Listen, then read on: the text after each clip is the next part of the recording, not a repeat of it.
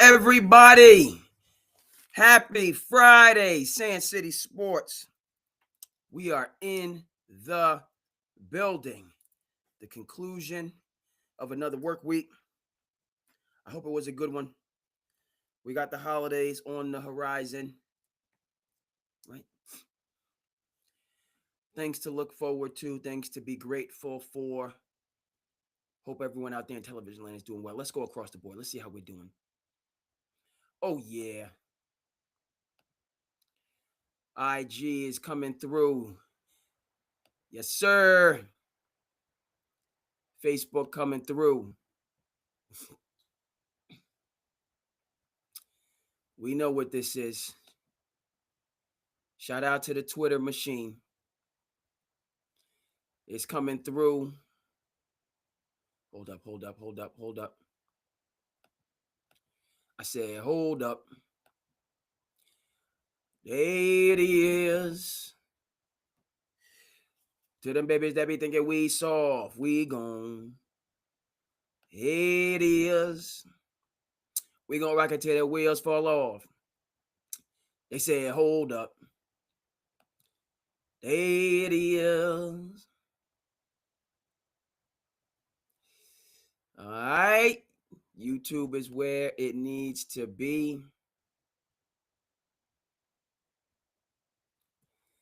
Yes, sir. Yes, sir.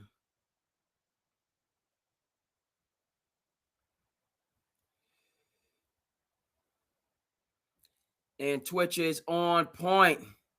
Sand City in the building. Yes, sir. Salute. Can we call it a marquee matchup? We got a throwdown. This Joshua Logan Paul has me interested. Gonna dive into that, talk about what happened in the Seahawks and the Rams game, most assuredly. NFL playoff picture coming into view. A lot of high leverage matchups. Pats heading to be more. You understand? When you walk through the garden, you better watch your back. Pats are heading to be more, along with a number of pivotal and significant matchups with playoff implications we will discuss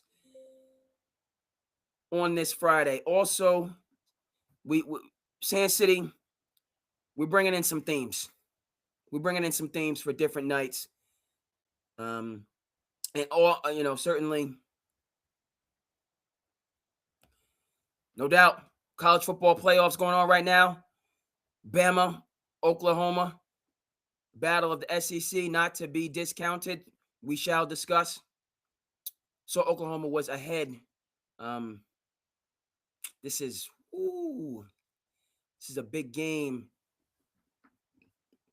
Obviously, college football player is big, but the coach at Bama, whose name escapes me at the Kellen DeBoer, yeah, he's under a little bit of pressure. Kellen's under a little bit of pressure. And that first round, right? It's tough. What did Jon Scheyer say? I'm not afraid to be the guy after the guy. Okay, and Scheyer has landed Duke in Elite Eights and Final Fours. He's landed them. Just think about this. Duke was a hop, skip, and a jump away from the Natty last year. A lot of people feel, myself being amongst those, that Duke was the best team in the nation last year.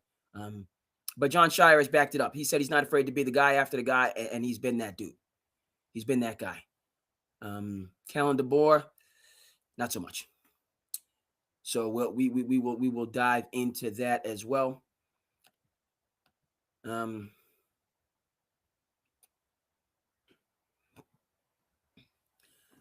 can dig it. That might be a better fit for him. Everybody's not built for the SEC. Not saying the man can't coach, but we've seen it. Okay, Brian Kelly had Notre Dame and a couple natties. He had a role at Notre Dame. He took his talents below the Mason-Dixon line. Different story. So it's just different. Everybody knows it. This is not casting disperse. It's different.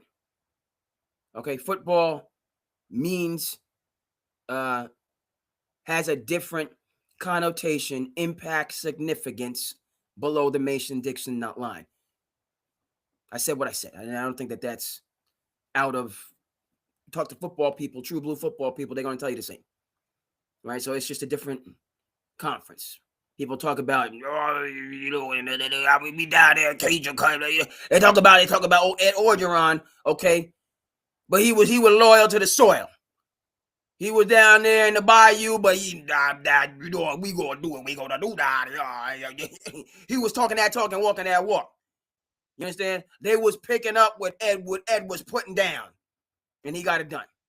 Now he did have a super team, but still, you don't always win when you have a super team. Don't always win. Okay. So DeBoer at Michigan, that right, coming from Washington, right? He's used to being in that brick cold weather, which we have right now in the Northeast. We got that brick cold. You understand what I'm saying? We got that brick cold that's going on right now. I hope it's warm where you guys are. Chris, glad to see you in the building. You know we got to discuss the Rams. You know that has to be discussed. We're gonna get there. But right now, I hope you know, we just sharing community right now. That's what it is. This is a place. This is a place for community and connection. Sand City, come on through and get some. Yeah. You know, you're welcome here. You want to jump on? You coming through with respect? Jump on. Get on the live stream. Come through. You got takes on 1 and 4. So we got two major things: Joshua, Logan Paul. Have to dive into that, and then college football playoffs. Going to get into that most certainly. I don't have a script. No script. Come on back. And I'm not messing around with my production. I had a production issue that drive me crazy. Driving me crazy.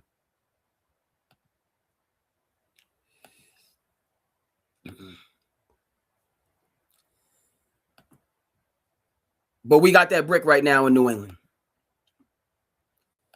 Okay, you from the Northeast? They say, what's the forecast today? Just throw a brick up there. Just put a brick on the screen. It's brick.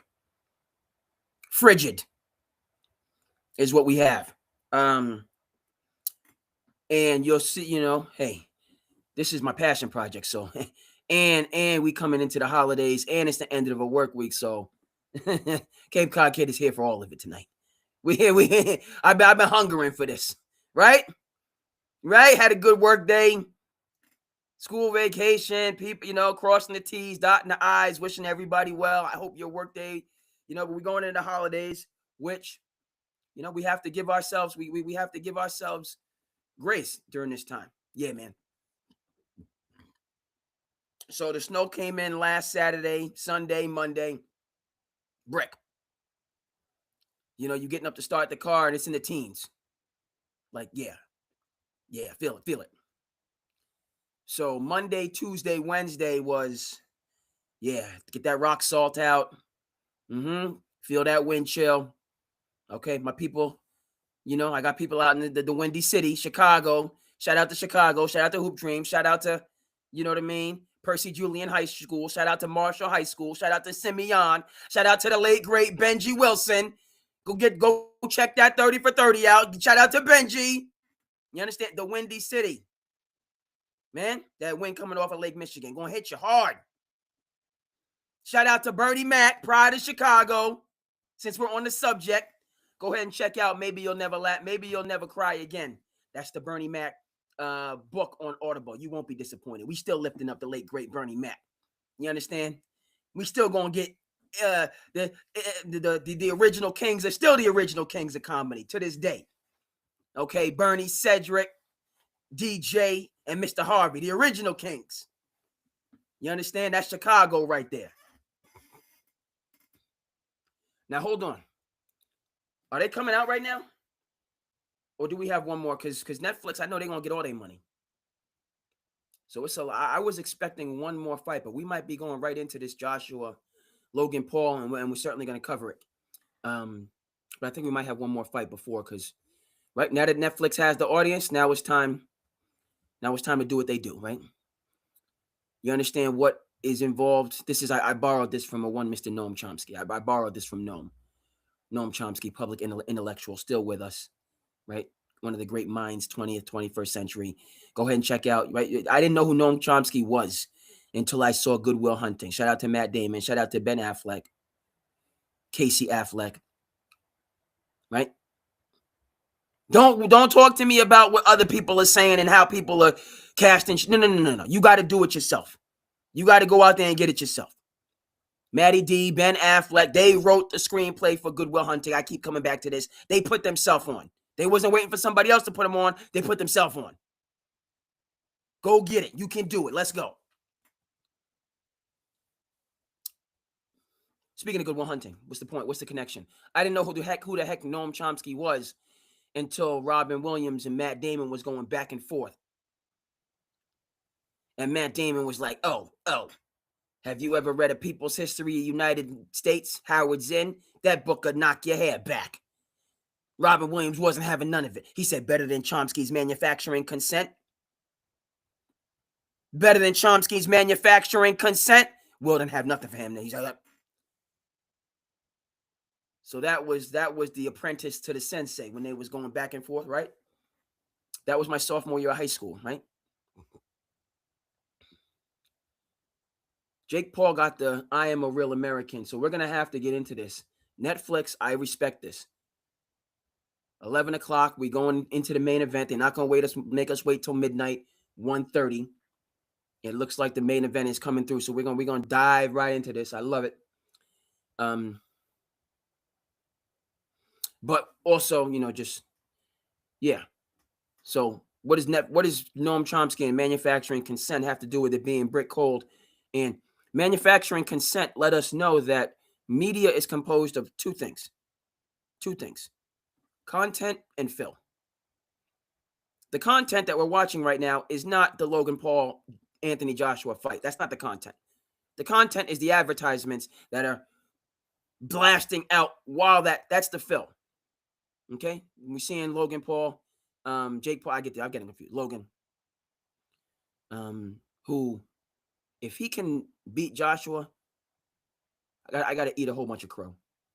I got a whole bunch because I got, and we're gonna, after how Joshua knocked out that last UFC fighter, knocked him into next Tuesday, I think Logan Paul should be in for it, and we're gonna discuss, because this should be a knockout. Anthony Joshua should knock Jake Paul out the ring. He should knock Jake Paul he should end up right at the cash register to collect his check. That's where he should end up. He should get knocked right to the checkout counter, collect his 10, whatever millions he's getting, and just go home, go in a concussion protocol, and just chill for another 6 months. Anthony Joshua. But if this, right? And we need to discuss that. And we will. But yeah, content and film. The content that we're watching right now is the advertisements. And the fill is this marquee. And it's interesting that we call this a marquee matchup because Jake Paul's not a trained boxer, and I'm standing on that. And if anybody has something to say, go ahead and jump in on me. He's not. He's highly entertaining. He's a very savvy businessman. He's not a trained boxer. So, but this fight, and speaking of great fights, we have not put enough respect on Canelo Alvarez's name in terms of what he did in that Bud Crawford fight. We have not done that. Hold on. Let me back up. I have not done that. I'm not speaking for nobody else. I'm looking at the man in the mirror. I have not done that.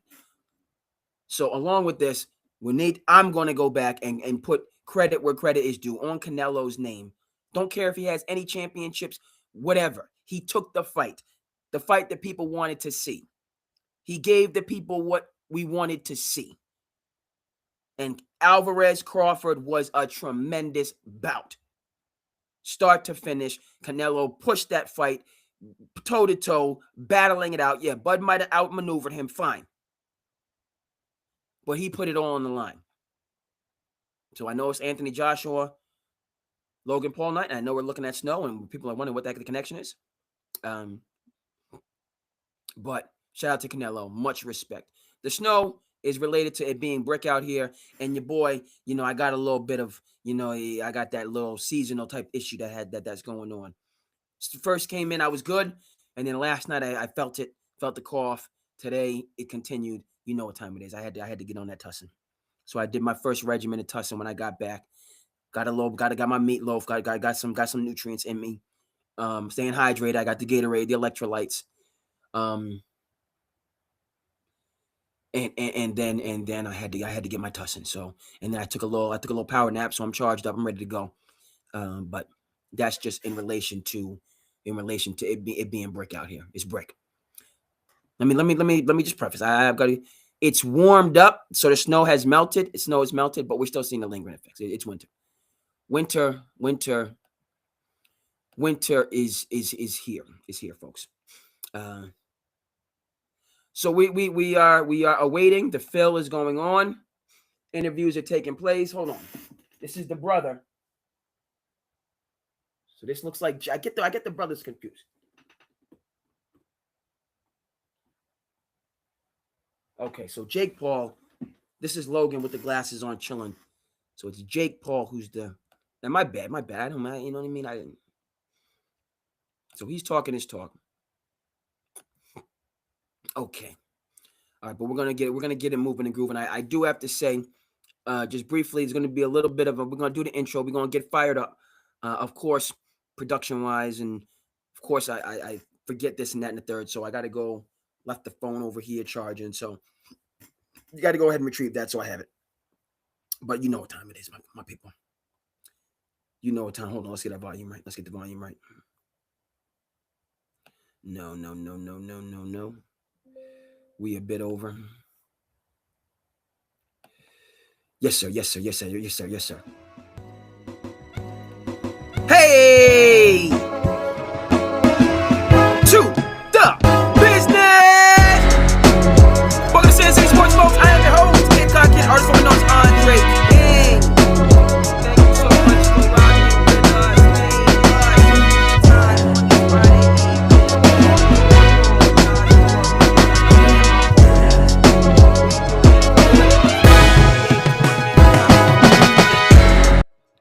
And then we just doing day-to-day grind. We just doing day-to-day making. Sand City. Go. Yes, sir. We're going into these holidays. We got the beach, Sand City, the sunshine.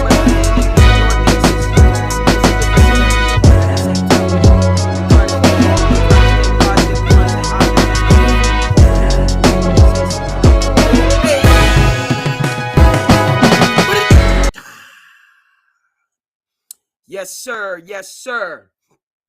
Okay, so as I said, we're gonna dive headlong into the Paul Joshua fight. Your boy, a little bit of production, so I gotta boop boop.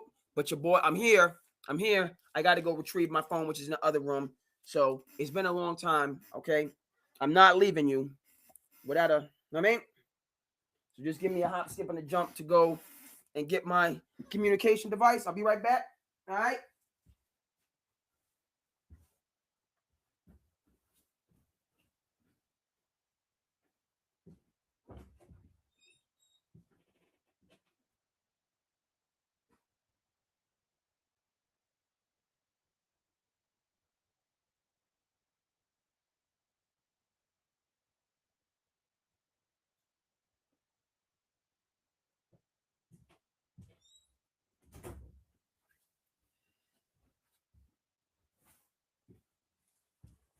Okay.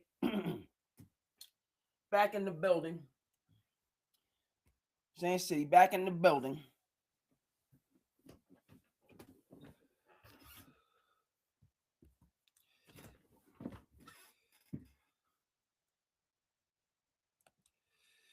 All right, so we back, folks. Appreciate you. Actually worked out because we had the light on, left the light on. Right? I don't like that. Every little bit counts. You don't leave lights on when you're not in the room. So got that taken care of. We'll just let folks know if they want to jump on, come on through. Come on through.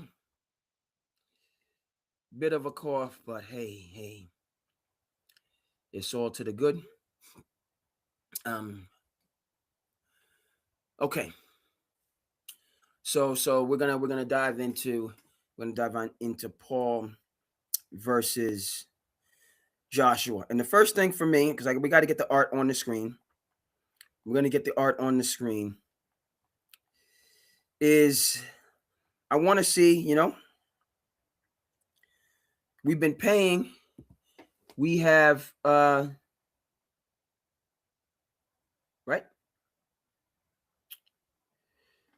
We've paid for this bout. And so we need to see about. Am I wrong? Okay. Been paying for about, so we need to see about. And there's just no two ways about it. So let me go ahead and let's okay, no. Let's get this worked out. No, that's the wrong one. Let me get the right. Right? Actually, I might be able to, but come on. Right? So go here. Go ahead and share that. Go ahead and send it. Receive it.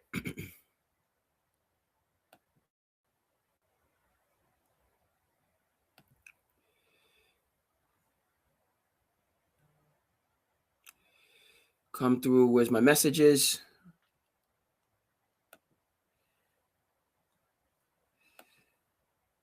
That's what I needed. We got it. We're Gucci. Save it up. All right, so let's get this imagery on the screen. As we have Phil, they drawing it out. They keeping us focused, keeping us locked in. Got to turn the sounds down a little bit. All right, and we're gonna discuss.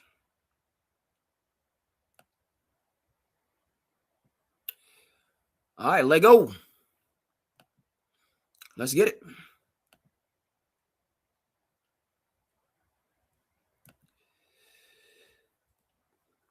Here's where it starts with me.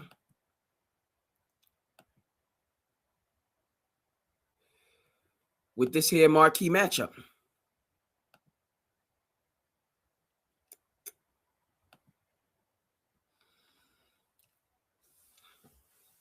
Right?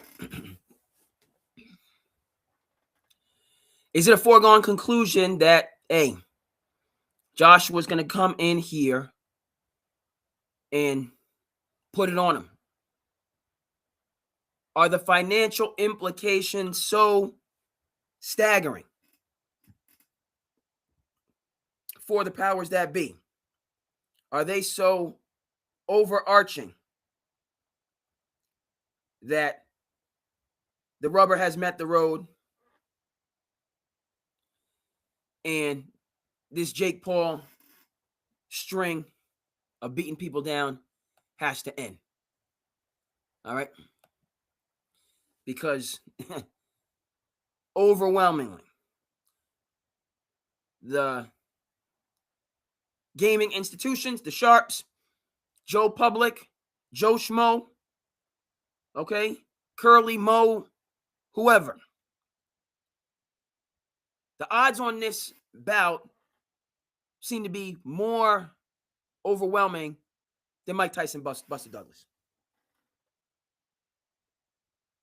Man, Mike Tyson Buster. Jake Paul, if he has something up his sleeve, are we looking at, and that's my thing, because I don't know if we've seen a mismatch of this nature since Tyson Fury, took down, right? Tyson Fury's major upset, Wilder. Okay? And I don't even know the leverage for Fury wasn't this, how do you say? Transcendent is not the word I'm looking for. Just Towering is the word that I'm looking for. So nobody with any boxing background is picking Mr. Paul in this fight, which makes a lot of sense to me just because, as I said, Anthony Joshua has not previously taken kindly to these types of bouts. Boxer, non-boxer, spectacle event. Okay?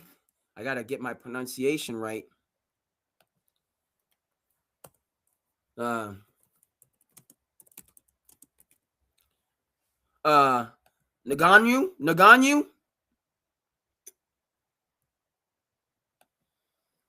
Okay? Put him down. All right? So we're still doing the fill. We see Rose is in the building. A who's who. The stars have come out. Who we got here? Bella something, or I can't get that name. You're watching it. I'm watching it. Benny Safo. All right, it's okay. Big time bout. So you're seeing all of the folks. And again, just backing up content and fill. Netflix, you might as well have just had another fight. Instead of you could have had another fight and then, you'd be coming in right around. Seems like they want this to begin near midnight. It could be the fights went quicker than they expected them. Okay, I got that. Tuned into saw Anderson Silva get his stoppage, which looked like it could have gone further. But I thought about it. A guy was up, but he didn't have his hands up. His hands, he dapped him up like, let's keep fighting, but he wasn't protecting himself with his offhand. So, on second thought, didn't have as much of a problem with that stoppage. All right, but look, let me just go around. Does anybody have Jake Paul and not believe? Appreciate you, bro. Checking in briefly. Yep. Appreciate my people on Facebook. Jump in the comments. Let me know what it is, how you feel. Appreciate it. YouTube is what it is. Couple people here and there on the Twitter machine.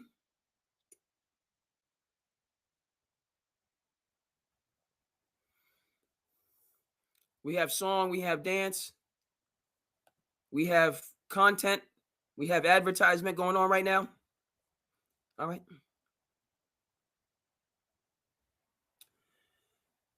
Anthems are being sung. Intros are on the horizon. Very good.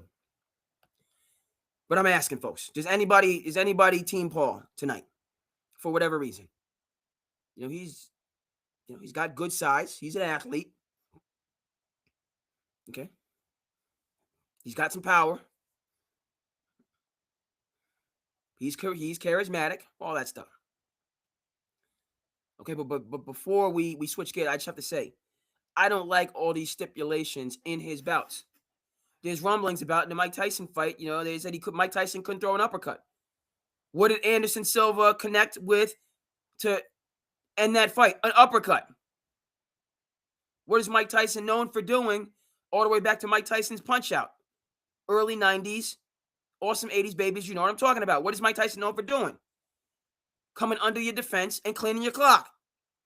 And you're going to put it in the contract that he can't throw one of his most devastating punches? That's not a real fight. So look, I'm obviously tuned in. This is justifying. I'm paying, right? I'm the real MVP over here. Not patting myself on the back, but I am patting myself on the back because I got the Netflix subscription. I can't really tell you out there how many people is on the subscription because Netflix done cut back. But I used to be the real MVP. Now, I got to keep it on the low. Netflix ain't having that no more. But the point, they say, I heard a wise man once say, I'm a better man when I'm a busy man. Your boy is too busy right now. Chris saying no. Folks, they ain't on that Joshua train. Excuse me. Everyone done jumped off. Okay. So this is Buster Douglas, Mike Tyson type of odds, or beyond that. Because again, remember Buster Douglas, he came into that fight, nothing to lose. He had dealt with some losses in his life, and so he was out there. Nobody gave him a chance, but he was just in another universe. Along with that, Mike Tyson did not take the fight seriously. So let's also include that. I believe that was in Tokyo. He did not take the fight seriously. But those two things combined, and we saw, what nobody expected to see. And so we have a similar, and even more so type of a matchup. I don't like the stipulations in these fights. Everybody get your money, fine. It's entertaining, good. Okay, it's not to be put in the same category as actual boxing matches. Spence, Crawford, Alvarez, Fury, Wilder. It's not to be mentioned in those articles, paragraphs, statements, because they're nowhere near the same, and it's not even a beginning to be serious argument. This is capital E, capital X, BITION. Spell check me on that. Exhibition. This is an exhibition. Okay? It reflects many things in our news media. It's more entertainment than it is, in this case, athletic showcase. This is entertainment. For good for good or not, news media has become, in large part, entertainment. Bring back journalism. Bring back newspapers. Subject for a different segment. All right. I want this to be about. Go in there, two big dudes, and get it going. All right.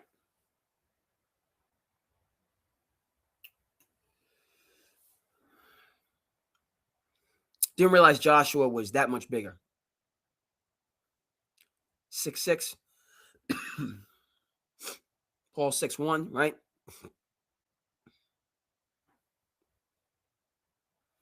This is down in FL.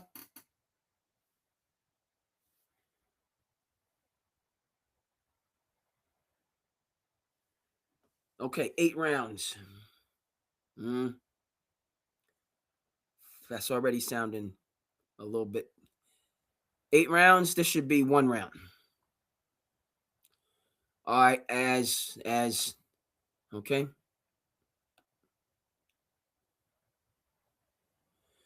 As they come on through. All right. So let's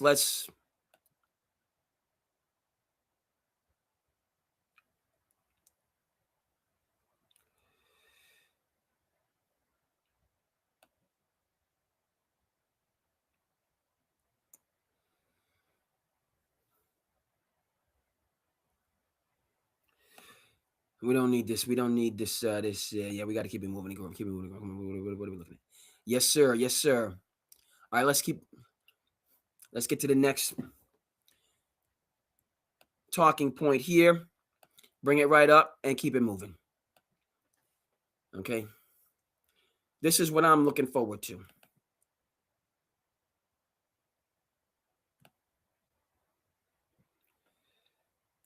Don't know about y'all.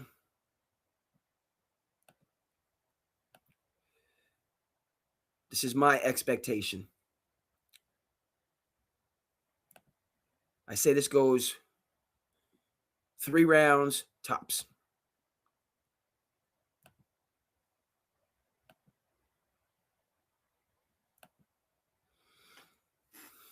Okay?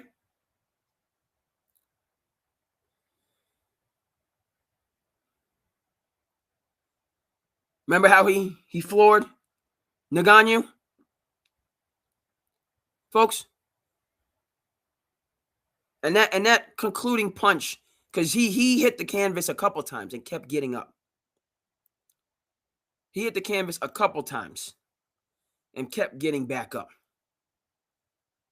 But the final oh Yugen, the final Ryu, oh Yugen. This man Joshua just walked up to him. Like he kept knocking him down. He kept getting back up. Finally, he was just like, he didn't have his hands up. He just walked up to him and said, dunk. He deked one way and just.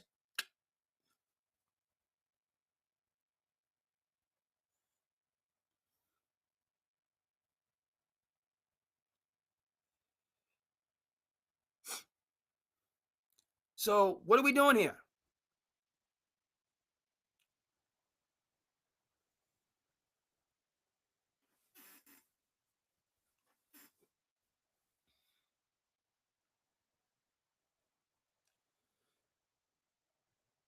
If Ngannou and Paul fought, who's going to win?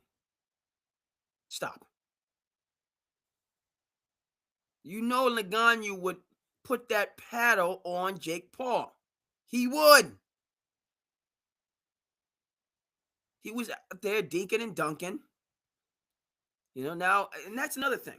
You know, how much did Ngannou, do these fighters, do these trained fighters, do they just kind of carry these? That does happen. Happened in the Mayweather McGregor fight. Boxer's just going to carry the other guy for a couple rounds. So you might argue that Tyson Fury carried Ngannou for a couple rounds. But what I'm going to say as well is Ngannou got through it and hurt him. He put them paws on him as well.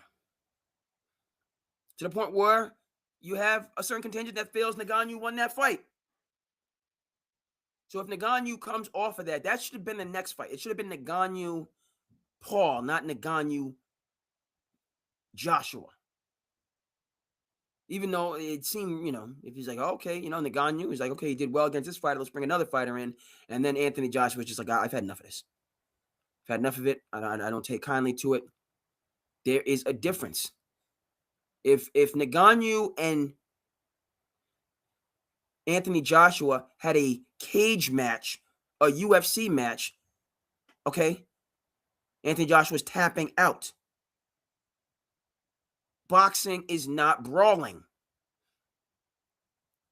Kung fu kicks and karate and all the rest of that.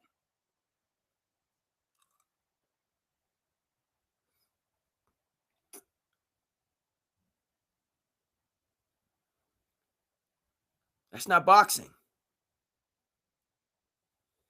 Boxing is, shout out to Cuddy from The Wire. That's sweet science. Shout out to Jake Paul with the American hero Hulk Hogan's. That is on point. So, as I've said, the charisma, the entertainment value, this man knows his business. Okay? The glasses, Hulkamania.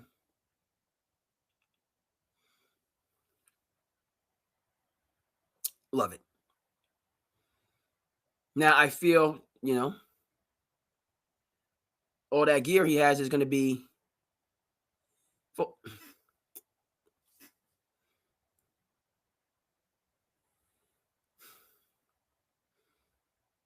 How do I feel about this, man? I feel like we got some DJ Jazzy Jeff stuff going on.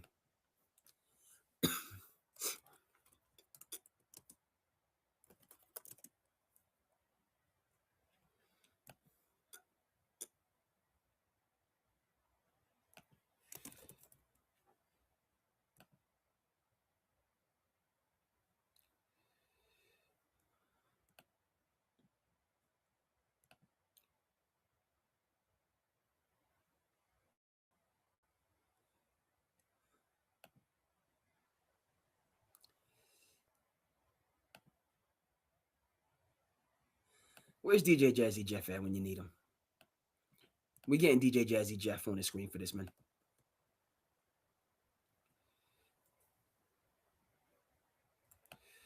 But that's how I feel. This has to go down.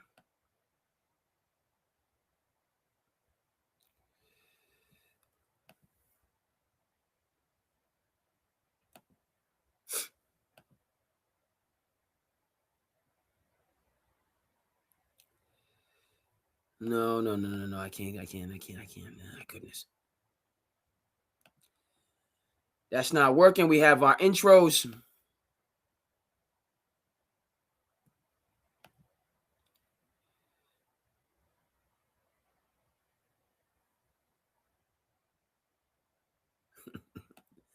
Let's see if we can get this. There it is. There it is. We still, what's going on? Okay, so we back. Let's see if we can get, no. That's not what I need. All right, intros, all the hype. Everybody else can get hype. Everybody else can get hype.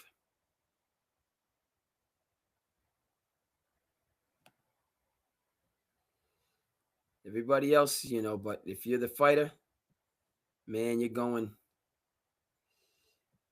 into the Coliseum. They say that's the loneliest time right there. Where's Teddy Roosevelt? We're going to get TR for you on the screen. Much as I might have an opinion, I got opinions, but I'm a critic. And we know from Teddy Roosevelt, it's not the critic that counts. The man that points out where the doer of deeds could have done better. It's not the critic that counts. We know the credit belongs to the man in the arena. This is how I have this fight going, folks. Logan Paul, Jake Paul, excuse me. I respect the Hulkamania. You're getting tossed. You're getting tossed, period. Okay? All good things have to come to an end. Okay? Put pause on this one. Put pause on that one. Went the distance with Mike Tyson. Anthony Joshua, we got to put a stop to this. No way Anthony Joshua can knock Ngannou into 2026, 2027 and allow Jake Paul to just dance around for 8 rounds. It's no. If it happens, Joshua, you got to have a rematch with that big boy that puts you down. Okay, that's what has to happen. If Anthony Joshua loses that fight, he's got a rematch with the big boy that put him down. We're going to get that name for you on the screen. Who the big boy that put him on the screen, put him down? We putting him in there with Ruiz. Joshua, you lose to Jake Paul, you're fighting Andy Ruiz again. Mandatory. Don't play around with me, man. I ain't for no. This is the DJ Jazzy Jeff situation. That's what we got going on right now. Bright lights, beautiful people, all of that stuff. I can dig it. Go ahead and get out, and it's a Friday and move and groove. Do that, fine. But we can't be for no joke on this. We can't be for no joke.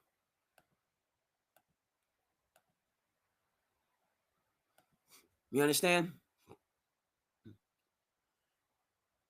All right, folks. I say 3 max, and that's no. Let me 2 rounds. I got to go in 2. I respect Paul for. He got to go back to Golden Gloves. If Joshua loses this fight, he's going back to Golden Gloves.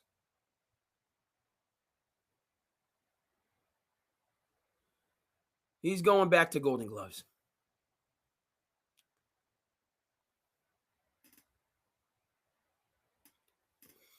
Joshua cutting off the ring. Yep, he's just cutting it off.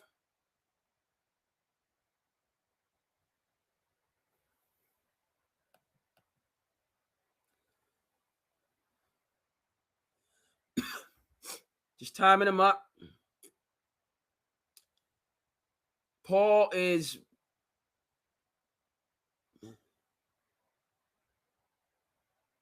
Hands are down, man. No, no, no. His hands are down, man.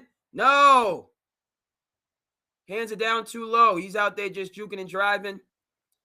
And Joshua's just, no, I don't like this. I don't like this.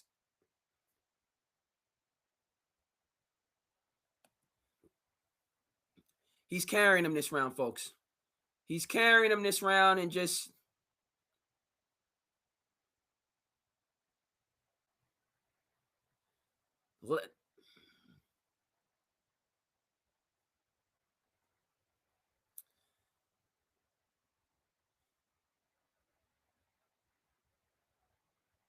He's throwing tepid jabs. What are we doing here, folks? Throwing tepid jabs.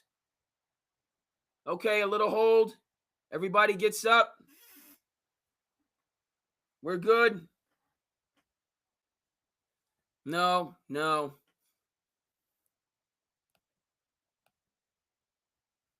This is one round of carrying. Where's the stroller? Where's the damn stroller? Anthony Joshua carried Jake Paul. We only got 7 rounds. This is one round.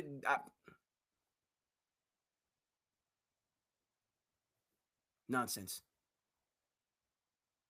Nonsense. We haven't seen one real jab. He's jabbing way out of range. It's ridiculous. No. Okay. Look like I'm not going to get my 2 rounds because we done wasted 1 round.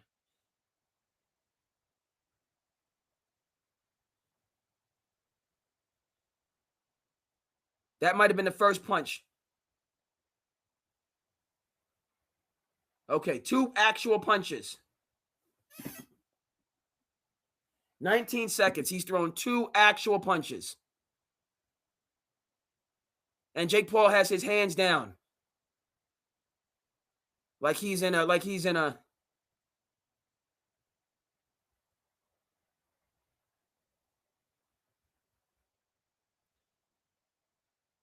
Okay, we wasted 1 round. That's just a waste. And it give me see, everybody's getting their money. That's ridiculous. This is what we should have seen the whole way. We should have seen this. Adios. That's what we should have seen. What are we doing? Jake Paul's hands are here like it's 1919. His hands are down. Anthony Joshua, you obviously know how to cut the ring off. So you corner this man. He doesn't even have his hands up. And Joshua's not even coming into range. He's staying out of range and giving me this and giving me this. He's not even coming into range. So he couldn't even hit him if he wanted to because he's so far back. And Jake Paul's not running away from anybody.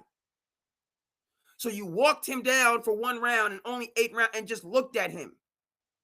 I don't like it. I don't buy it. Fight. Have a fight. Joshua looking like he's trying to get that right off. He looking like he's trying to get that right off, i.e. Ngannou. It's right there cocked. I don't know. Could have countered there. Didn't.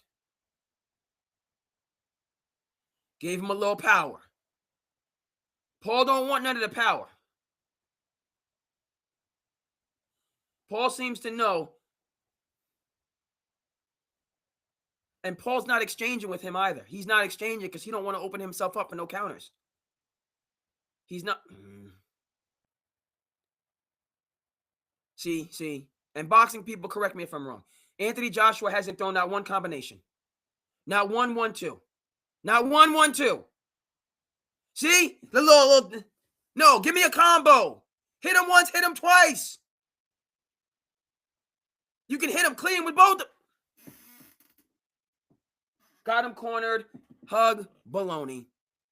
Folks, I'm getting 2. This is baloney with no cheese. They're giving me baloney with no cheese, folks. That's what they're giving me. What is there, some handshake that we have to go 5 rounds before you can actually hit this man? No.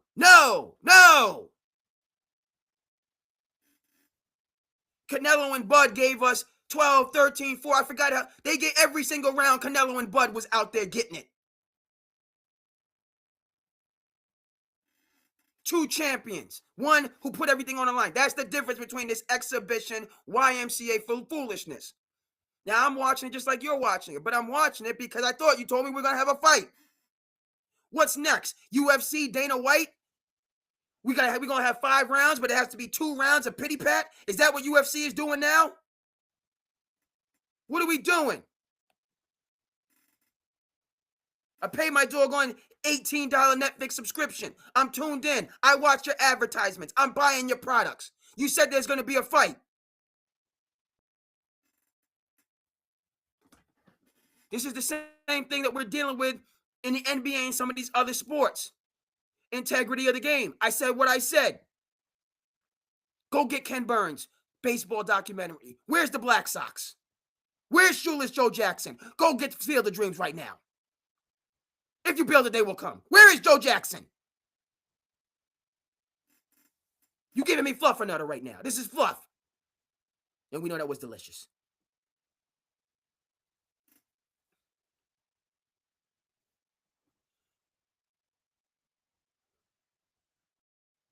Combination.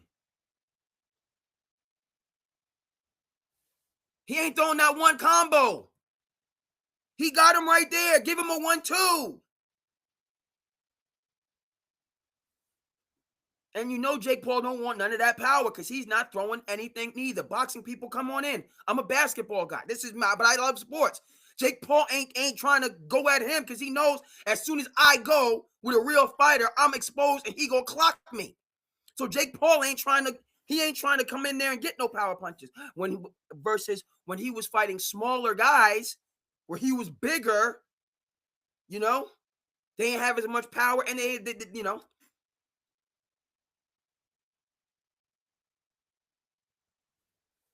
and he doesn't even have his hands up. That's the same thing that you just knocked Ngannou out the ring for not having his hands up after you knocked him down 3 or 4 times. Why are you carrying this man?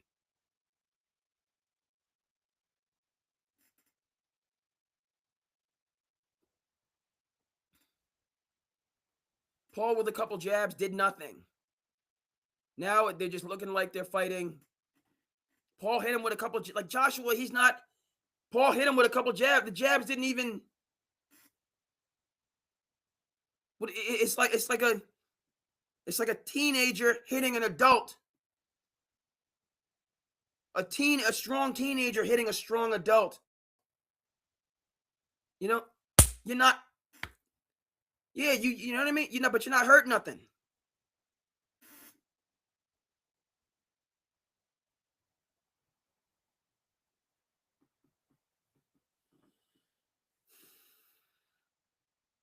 I'm displeased. What is it now? We got 3 rounds. We only getting 8. So what? Joshua's gonna turn it on in what, the 6th or the 7th round? Is he gonna? Oh my goodness! All right. I don't know why this makes me so angry. What do they say? You fool me once, shame on you. You fool me, right? I should be angry with me for expecting different. He done been in pillowcase matches his whole career, and I'm tuning in, going into the holidays as if, ooh, Bama come back. Bama come back and got that dub, yo. Bama come back and got that dub. We shall discuss. Big win. I mean, at college, everything's a big win, but that,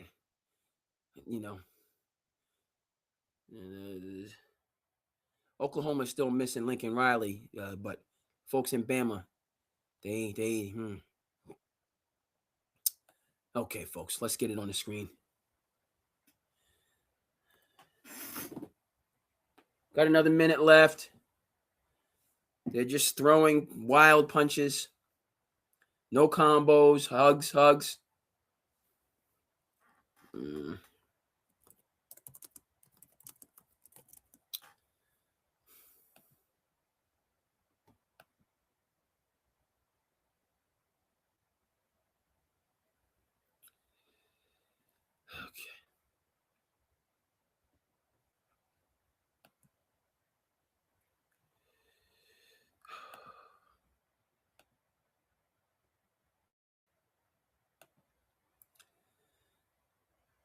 Hug him up, carry him.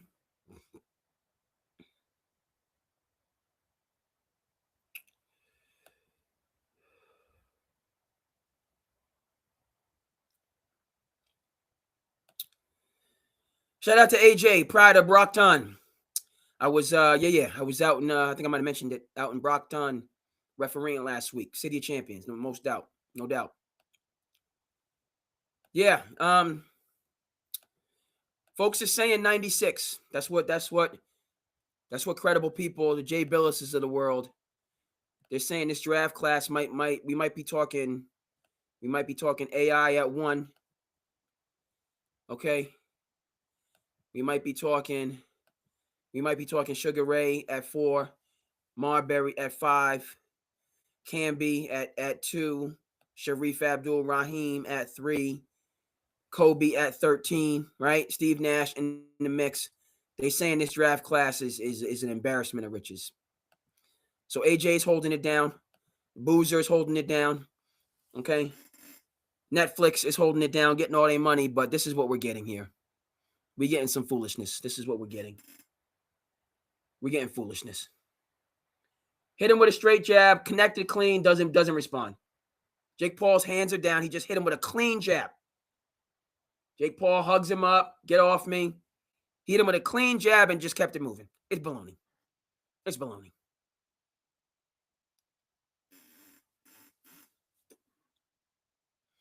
I'm gonna have a lot. I said 2 rounds in what I thought was going to be like an actual fight. These exchanges, like Jake Paul is hit, like it's not even, folks. This is Jake Paul's hitting Joshua with some. It's not even seeming to possibly hurt him.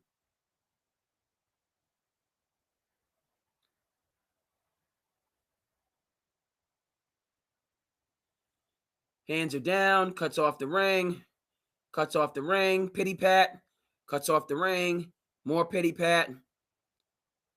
You notice how Joshua is standing intentionally at a distance?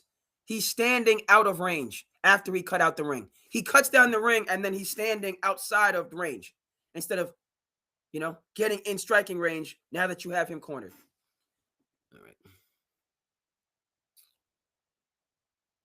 All right. I don't even want to guess anymore.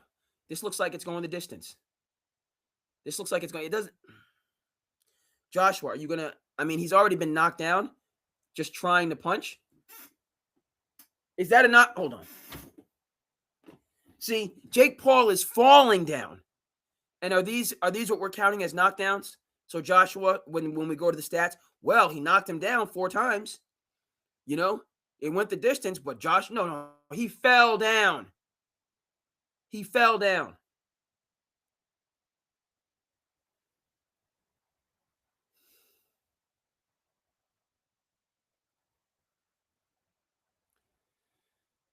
Oh, boy.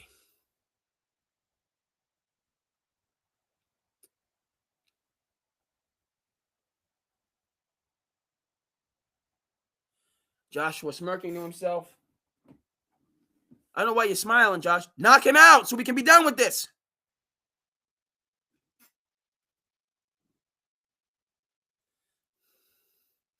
Do we need...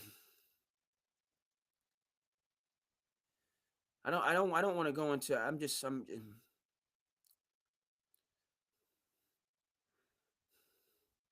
like Netflix, you came through with the Canelo fight, which was arguably the fight of the century.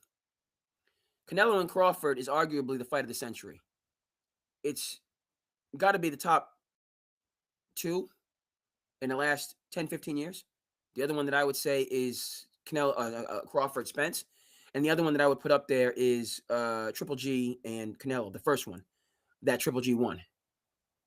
Remember that was a tie, that nonsense, right? But Canelo Crawford, that was one for the books. That was a very good fight. Is it Hagler Hearns? No, it's not Hagler Hearns. But that's, Canelo Crawford was what the people wanted to see. What other fighters who were protecting undefeated records did not give the people. I said what I said. Canelo is the best modern fighter. Canelo is the best fighter of his generation. Come through, anybody, everybody. He's the best fighter of his generation. And the people he fought. You know what I'm talking about. For taking that butt fight. He's the best. Canelo is the best. And not anybody with undefeated records and millions and millions of dollars. Canelo. Give me Canelo today, tomorrow, every day. Canelo. So that fight was the real deal. Privileged. I don't know how y'all feel. That's how I feel. I feel like that was an old school, right? Sugar Ray Duran. That was that good stuff. That was a good one. A real good one, which you don't get all the time. That was a good one. Okay? Right? You can put Wilder Fury in there. We were surprised, but Fury put them paws on Wilder. Wilder was talking about, oh, my warm-up routine was so heavy. No, you just got the big bricks beat off of you. Stop crying. Fury came in there, had a strategy, was wearing the hoodies, put on mat, bulked up, big, you know what I mean? Just a big dude. I asked my old man, I said, because shout out to Larry and Muhammad, 30 for 30 gold.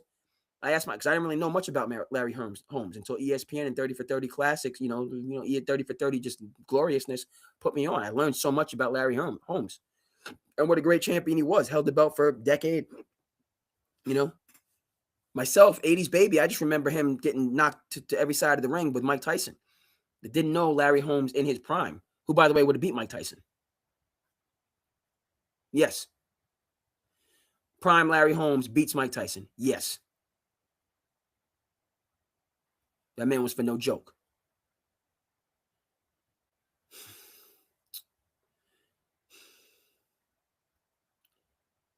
You know what we need for this? I don't mind saying. Shout out to Jeff Bezos and Amazon. Is he taking over everything?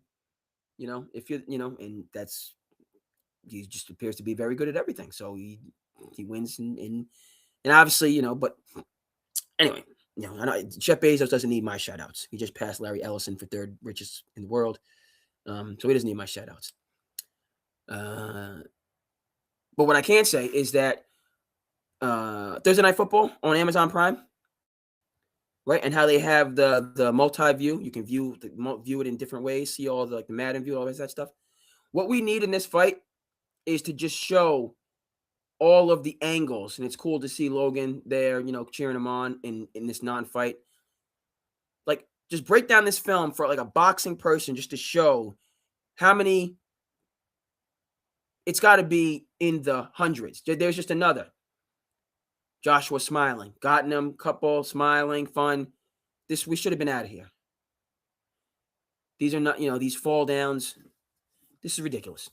But what would be super cool, and I'll just put this out there for the folks with the technology and the know-how, is just to break it down so people can see, like a Teddy Atlas. Shout out to Teddy Atlas. Shout out to the fight.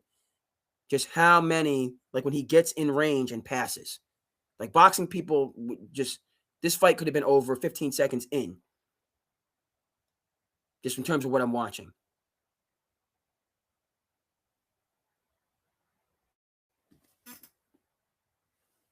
Right? Jake Paul, he's just, I'm not seeing any sweet science from him. And right? Because he's shook. He's shooketh.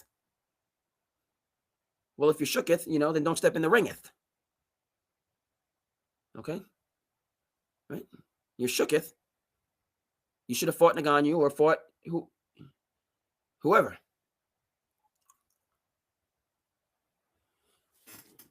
All right.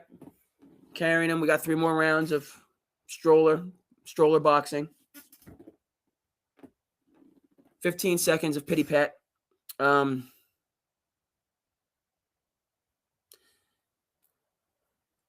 are we going with this? Larry Muhammad, great boxing champions. Joshua taking his money and running. Canelo. Actual fighters.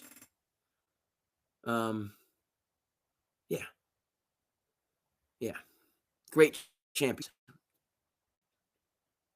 Um, so yeah, we have this no man's land now in combat sports.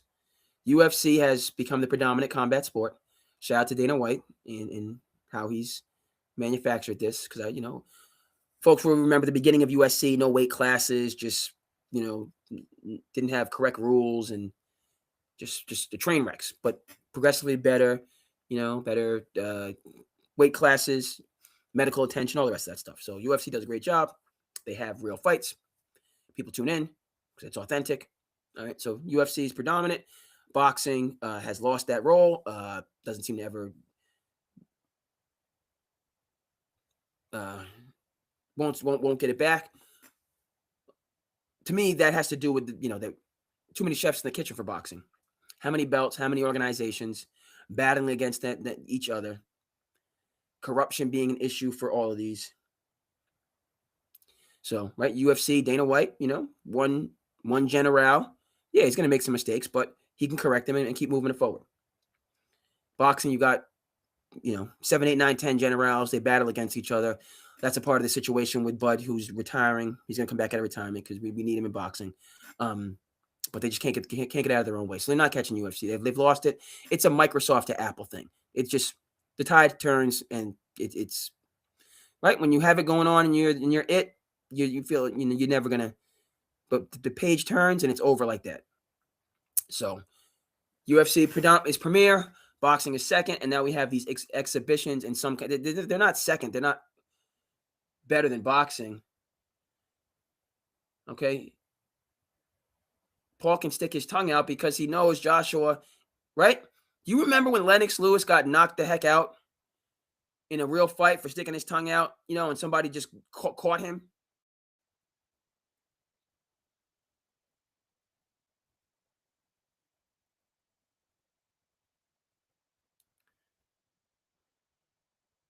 Paul's going to get back up,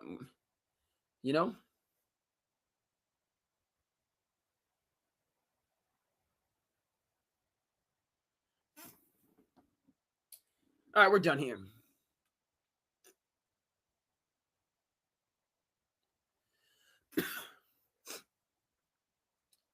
Maybe people made money. He didn't even really hit him that hard. Honestly, he could have gotten back up. I think the ref did him a favor. Wasn't a real fight. Man.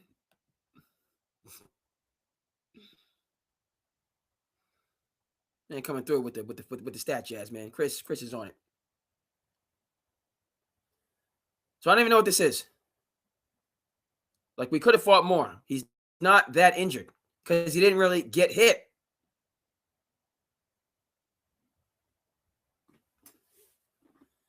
This, and by the way, it's all over before midnight. Netflix, I thought Netflix done, Netflix, you should have had another fight.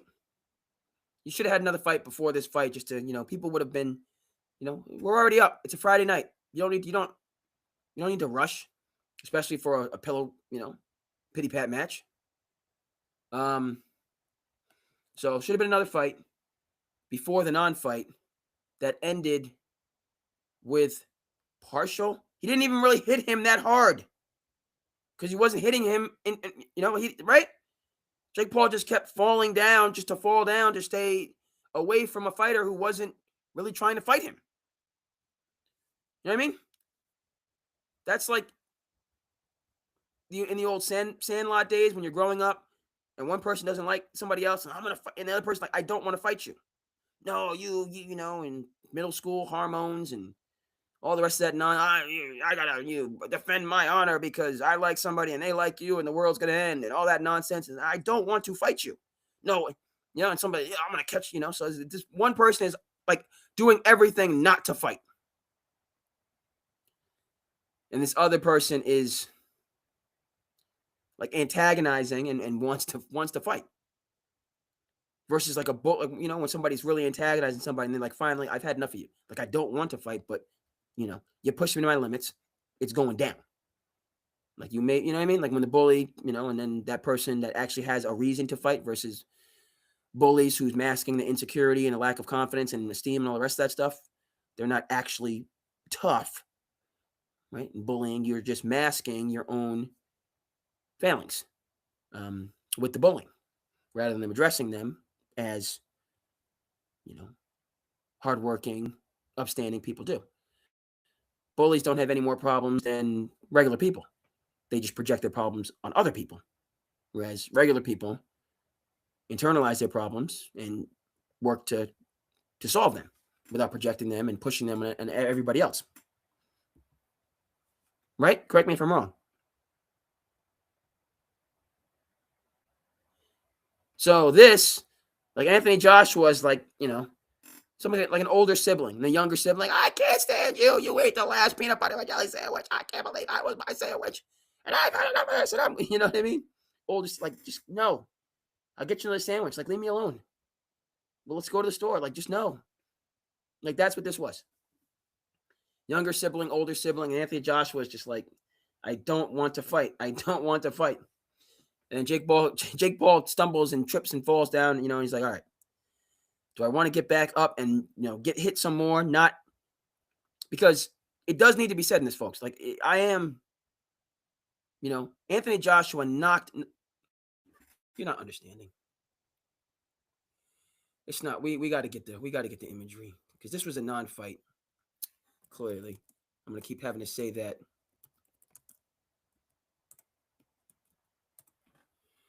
So the non-fight here. But this is what bothers me. In this is what bothers me, folks. We'll get it on the screen. We'll see. Is it going to be? Yes, sir. We're going to get it up in a second. Are we still? No, we not. Come on back here. Stop this. Let's get the production straightened out. What's going on? We ain't need to see all that pity pat back and forth stuff. Let's boop. We're going to come here on the right? Because if we're talking it, we gotta let people know what the situation is. Okay?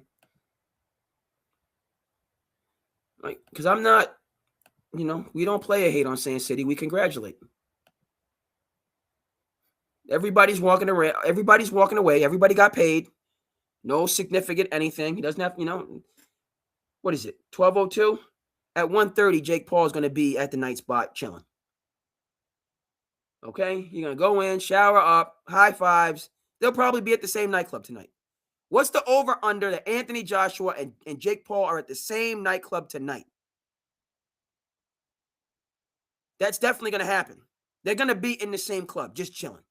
They might be on opposite sides just for perception purposes because they don't want that art getting out there, that picture of them like popping bottles. Hey, we collected our baby. You got your 10, 15, whatever millions, for what? There's more contact in the local gymnasium here in Barnstable where the youths are training to be champions. There's more contact in their sparring matches with the big gloves and the helmets on. Was more exchanges than this whatever.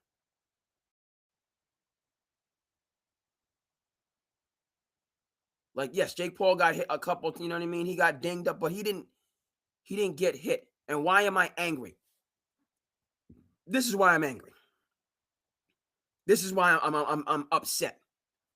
How are you, Anthony Joshua, going to do this to an actual champion? Jake Paul is a champion of YouTube.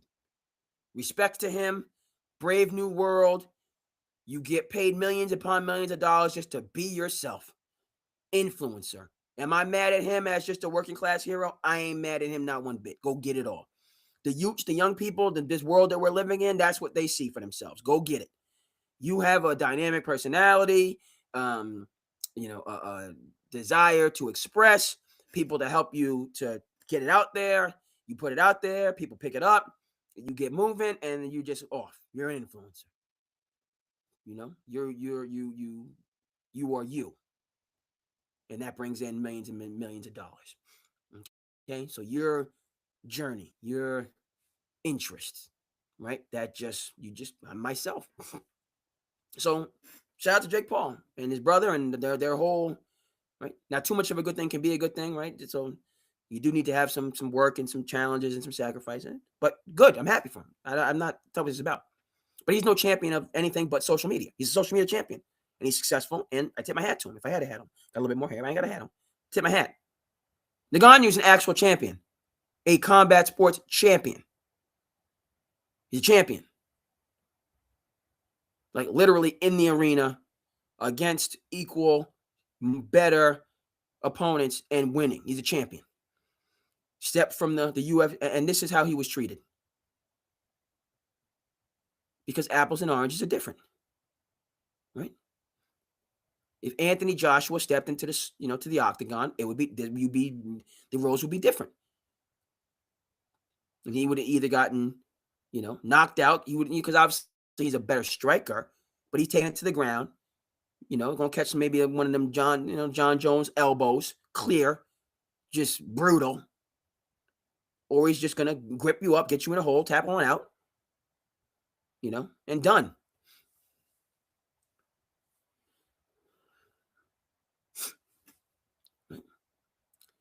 But how you do this to this man in Saudi Arabia, okay? And then go down to the Sunshine State and let, you know what I mean? This was, hey, my body do the ooh the e da da e da da I.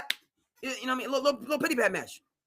How you gonna do pity pat with Paul and then lay them heavy hands on Ngannou? Like you hated him from your old neighborhood. Like he said something about your family. Like he stole money from you. Like he's an enemy of the state. That's how you treat Ngannou. But Jake Paul, get this. Okay.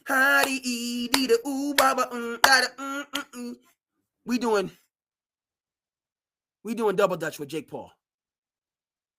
Okay? Meanwhile, we storming the beaches. We storming the gates with Ngannou. I don't like it.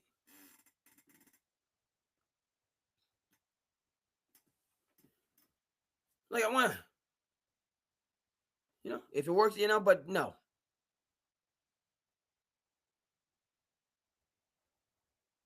But there's, and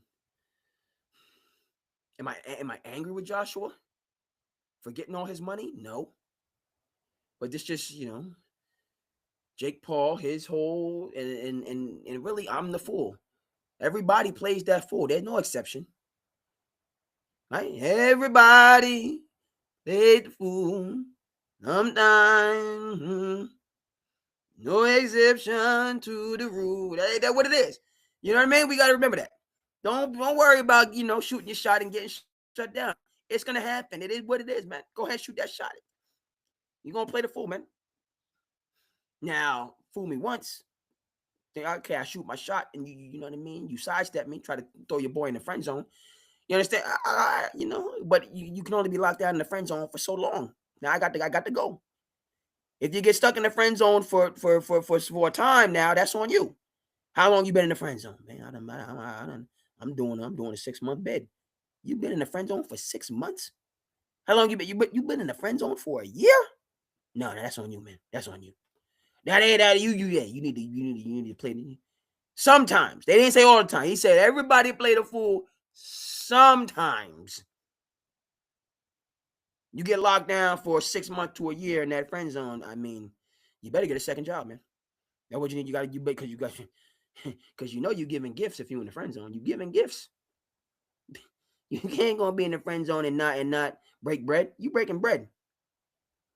Whatever it is, mascara, lipstick, dinner. You breaking bread. I ain't gonna just have you around and you ain't in the, I'll let you be in my circle, but you're not providing gifts. No. Okay, get a second job, maybe a third one, but don't express that to me. I don't want to see that post on social media. I don't want to, if you're my boy and you tell me, I said, listen, man. I said, you did your first month. You did your first month in the friend zone, and then that's time to reassess.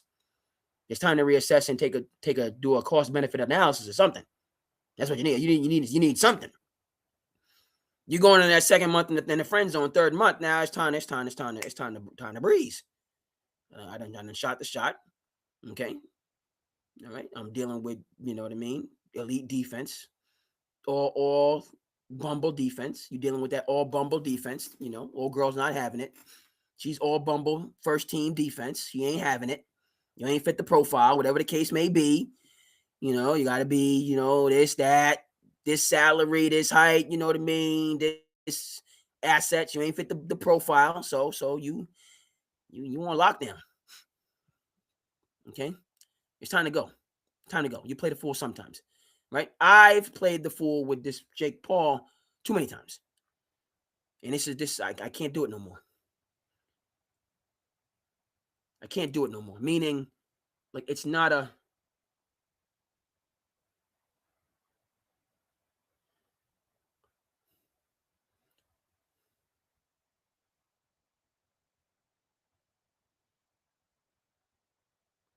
Yeah, he got hit. He connected.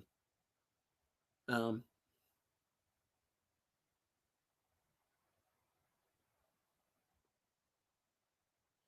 that wasn't a Ngannou connect. So let's not act like that was...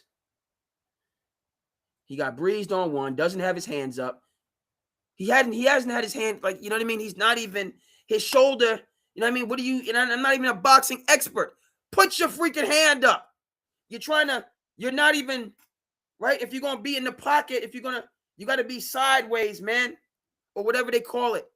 He's trying to block with his shoulder when he's standing straight.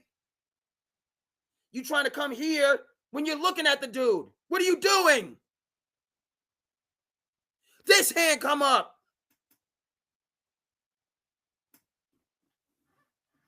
Like I'm some... Get Teddy Atlas in here to correct me, please. Somebody. What I'm saying, she fought the whole fight like this. Against a real fighter. So, yeah, I'm done. Not angry, but done. If we get some, I'll do, I'll watch the, but I can't promote, I can't dissect or dive into this anymore. Because you hurt my damn feelings. You did with this. I can't see Ngannou like this and see Jake Paul just chilling. You know what I mean? Got a good workout, busted, broke a sweat. His Q rating went up. The YouTube, his YouTube channel is just, he's going to be on the circuit next week. You know what I mean? But he ain't take no punishment, man. Did you see the fights before? You see the girls, the fight that went the distance? That them young ladies was taking punishment. They're not heading to the club. They're heading to the hospital tonight to get that evaluation, to get that ice, to get the, you know what I mean? They getting the shower up, getting clean. And then they're gonna be in the hospital tonight to get the eval, and then they're going straight home for the rest. That deep 8-10 hour rest, get you, you know what I mean? They duked it out. That was a boxing, that was a battle. Okay?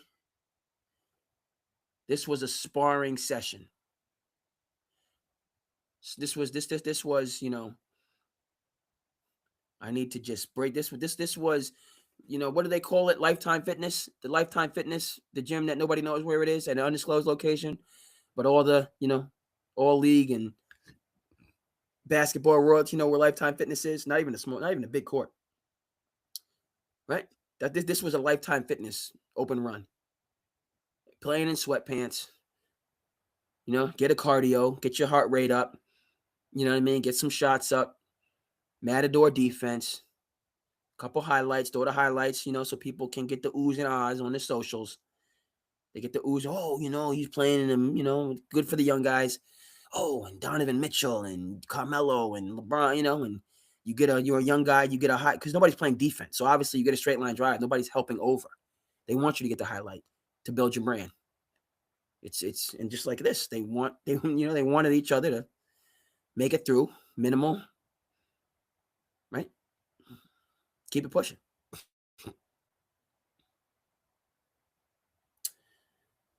Ain't mad at it, but I ain't staying, I ain't staying in Jake Paul's friend zone no more. I ain't doing it. I'm not going to be, one of his, pseudo fight fans. Respect him from a distance. Right? We all wish we could have, But I'm done. Joshua, not as much on you. I am, but like honestly, if I'm Anthony Joshua, and we'll close it off on this, and you was like, look, this is what we need you to do. We just need you to go in there and play and have a pillow fight for 5 rounds, and you're gonna secure a bag. We need a pillow fight for 5 rounds. That is all we need. We don't need you to put hands on this man. And we're gonna like, can I be mad at Anthony Joshua for saying, if you come to me, boxer, champion level boxer, and say, look, man, this is what we need. We need a just go out there and get a cardio in. And we're gonna give you 10, whatever. Let's take a look at what the purse is here. See, I'm not mad at Joshua. I'm not mad at him. I'm not mad.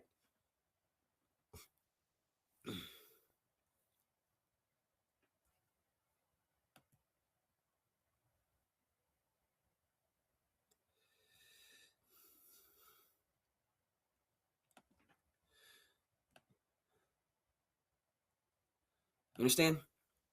We're gonna see how much he took home. Right? And right, we're gonna see how much he took home.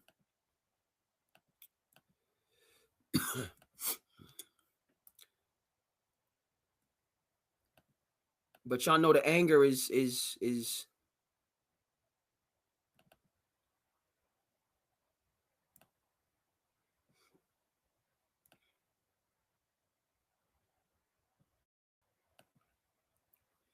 right. This is where the frustration for me come in. In these quote unquote exhibition matches. This is the frustration that I have. Right? You see that man with his head down? He took legitimate punishment. And you see him standing. No sympathy, no. Stand back up, come back in. I went out there. He was the better man. To the victor goes the spoils. I'll see you again next time. This man over here took real punishment. I'm stunned he's even standing right now. And got back based on how he was hit. Okay? This is not how. Okay, this fight, Jake Paul can't stand like this. As in somebody who, hey, you lost. And you lost bad. But you competed. Right? You took an L. You took a big L. An embarrassing L. You. Ngannou. Yes, you. But you competed. It's not the critic that counts. We're going to get Teddy Roosevelt on the screen. Not the man who points out where the strong man stumbles or the doer of deeds could have done better. The credit belongs to this man right here. The credit belongs to this man right here, Ngannou, the one that got knocked out. The man in the arena. That's who gets the credit. You working class heroes out there in television land, you get the credit if you out there grinding every single day. Doesn't matter if the results aren't there right now. You keep it pushing. You keep it moving. You keep grinding. Well, I don't know what I'm finna do, but I'm finna do something though. I don't know what I'm finna do, but I'm finna do something though. I'm finna do something. I ain't finna quit though. No, I'm gonna do something. I'm staying in the arena. That's who gets the credit. Can't give no credit to Jake Paul. No. He can't get no credit. He can get his money. He get all his money. Ain't no problem. Get your money. You ain't getting no credit. None. Zero. Zilch. Donut. Okay? Nothing. Nada. Can't give him nothing. Beyond the check and some good promotion. He gets influencer credit. He don't get none. Zilch. Boxing credit. Because that was not a boxing match. It was not. In any way, shape, or form. None. Yes, sir.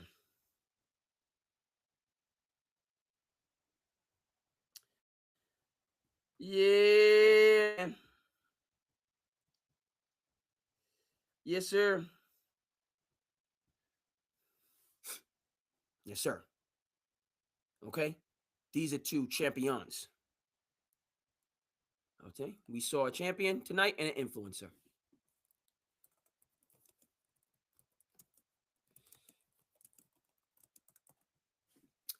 Spelled it wrong. Spelled purse wrong.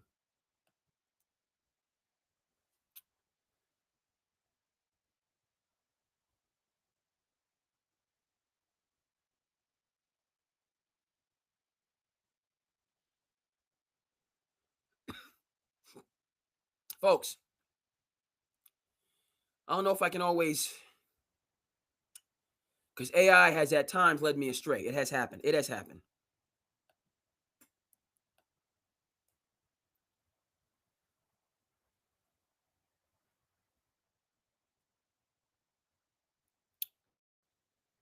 But the overview is saying $184 million, meaning a $92 million split. I got to check this again.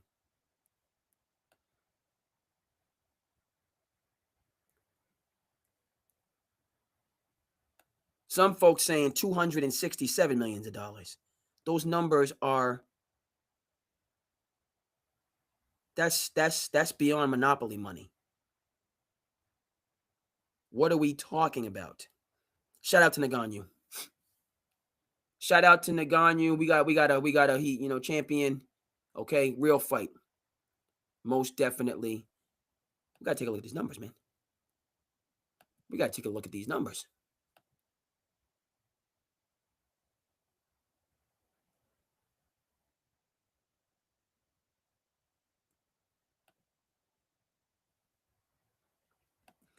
We gotta see what's going on.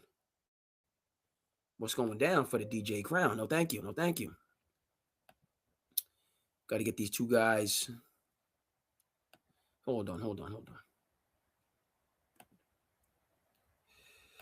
Okay. I see what you're doing. But we're gonna come over here. Yep. And we're gonna get this. We gotta.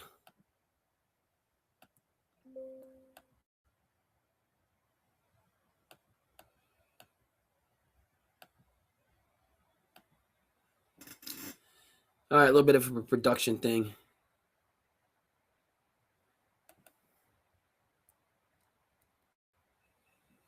All right, chose one. Got to choose another.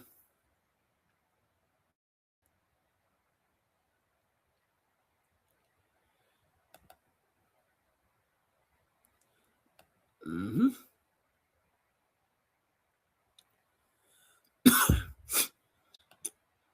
$184 million. This is what pillow fights go for. This is what we're willing to pay.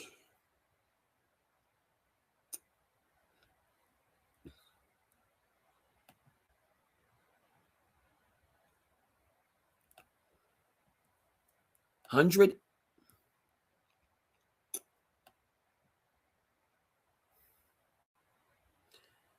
All right, we must discuss. And then we're gonna move on. We'll touch on Bama. I got a little bit of slice of life for you guys. Hope everybody is doing well. Hope your work week ended well, and holidays. You gotta. It's a beautiful time. It's a stressful time. We gotta. It's supposed to be for the rest and the relaxation, right? And the family, and that's what we're doing the holidays for. We're not trying to put the undue stress and push ourselves to the breaking point. We're not doing that. Holidays is that's not what it is. That's not what we need to be doing.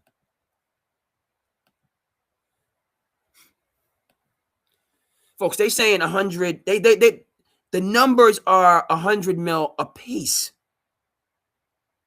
for what we just saw. 90 to 100 mils a piece for that sparring match. I'm focused on Mr. Joshua over here. Okay, I'm not happy. Okay, how one bout was handled in Saudi Arabia. But I'm not mad at him. But you're telling me, you come to me and say, look, man, we got $100 million for you. $100 million. I don't want to hear one word about inflation. That's $100 million. You're gonna give me $100 million to play pity pat for one night? $100 million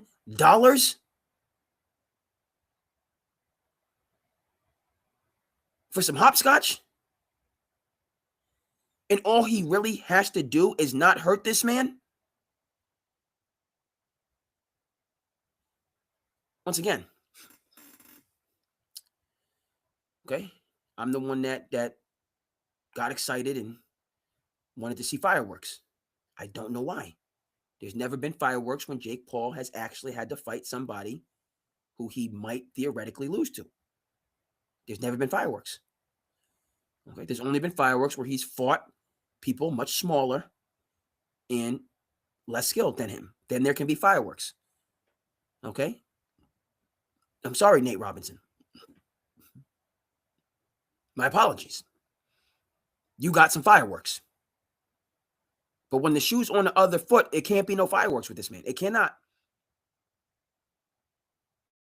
Which is some Chicago Black Sox nonsense. At the same time, though, while recognizing the connection to the Chicago Black Sox,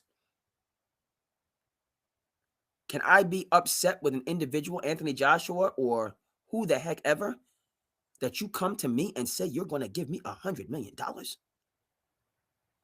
And I just have to play pity pat?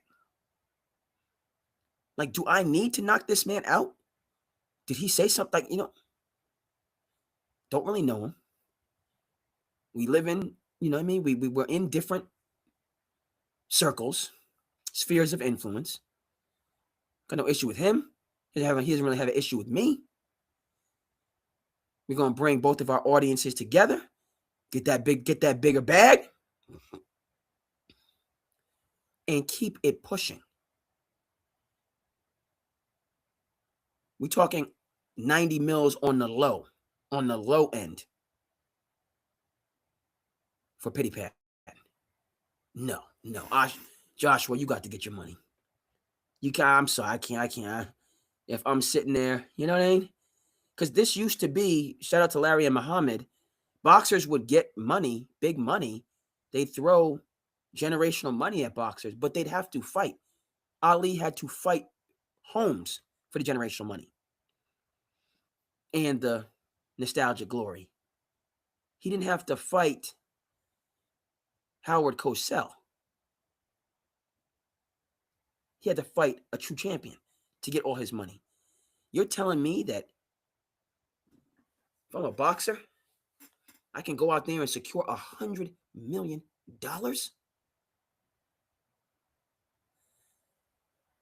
For practice? We talking about practice, man. Not a game. We talking about practice, man. I'm repeating myself. I don't care. This is the brave new world. Well, doggone it, you done learned me. They say you're going to learn today. I done got some education. I wish I would have known Anthony Joshua had them connections. Whatever he's doing, I would have invested a long time ago. Anthony Joshua Inc. Let me throw the savings in there. We going all in. We going hook, line, and sinker. If I know he had those connections to secure those type of bags. For what? Just stay in shape. Look like you belong there. I don't even know if he needed to stay in shape for this fight. He could have came out there looking like Andy Ruiz and still took his $100 million.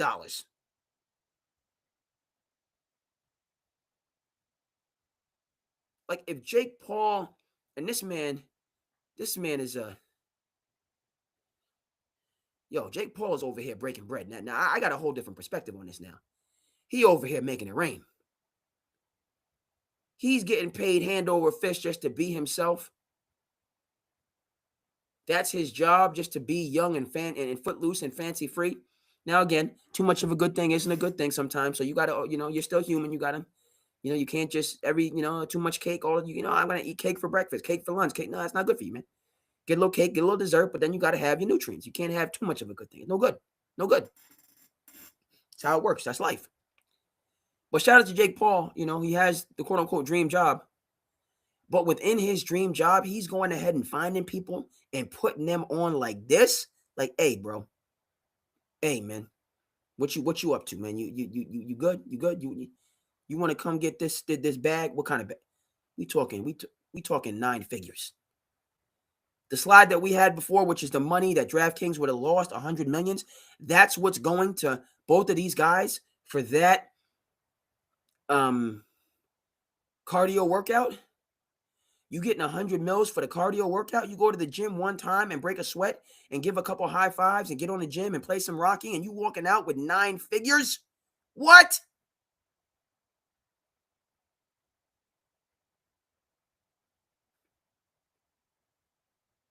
This done taking all the anger out of me. I was angry based on what I just shared about other fights and people getting mollywopped. I'm not that angry anymore. Because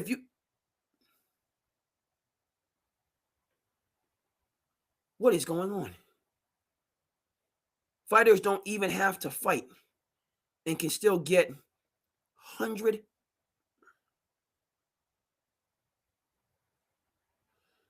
for non-fights. That's Floyd money. Now, yeah, Floyd, right?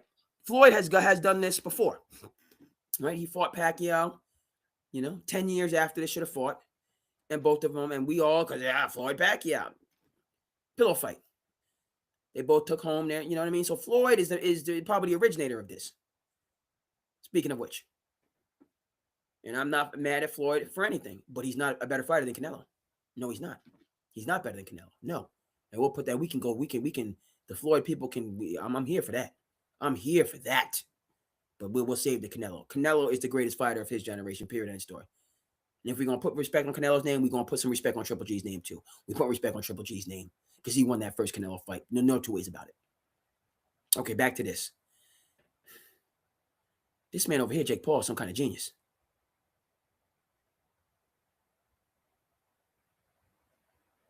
I get paid to hang out. I get paid to hang out, work out, go out, and think of stuff.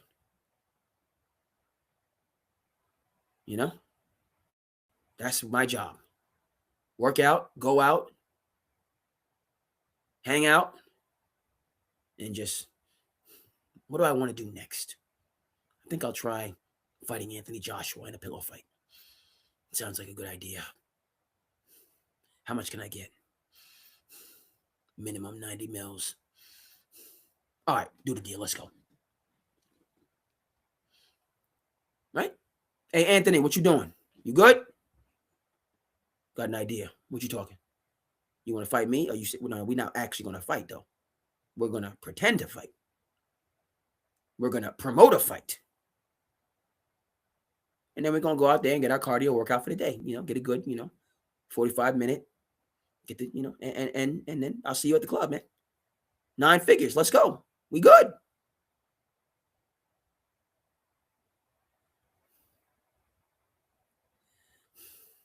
So I went from being angry.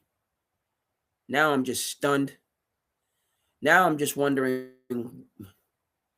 man, I gotta, I love my job, but this man, Jake Paul, man, all this free time he has, he's thinking he'd be coming up with some capers.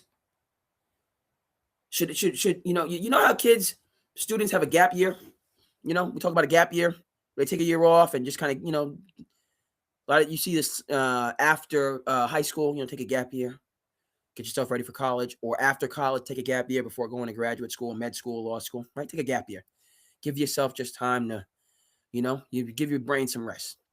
One of the things I heard that resonated with me, Bill Gates took another approach, right? Bill Gates talked about when he was building Microsoft, didn't believe in holidays, didn't believe in weekends. No. Didn't believe in them. No. Steve Jobs, similar. No. Didn't believe in them. Don't believe in holidays. Don't believe in weekends. We doing Microsoft. We doing Apple. This is we did this is my happiness. This is my joy. We ain't do. I don't need to be on a beach. No. I don't need a gap year. I'm full throttle. But it's a little bit different though, right? Because if you're in school, you're walking somebody else's path. You're walking the rite of passage that you have to go through. That everybody, you know what I mean? It's not necessarily your thing, right? Microsoft, Apple, that was their thing. Okay, they put the eggs in that basket. If it worked, and if it didn't work, they were just going to be out in the streets. But it was theirs. Versus, it's different when you're in school. It's not yours. It's society's stipulations, right? So a little bit different there. Okay. But this Jake Paul, man, he's got all this time he has to just think of these things that are runaway cash cows. That should that be a thing? Like working people, you've been working as a whatever cop, firefighter, police. A cop is a policeman, right? Cop, firefighter, accountant, teacher, electrician, plumber.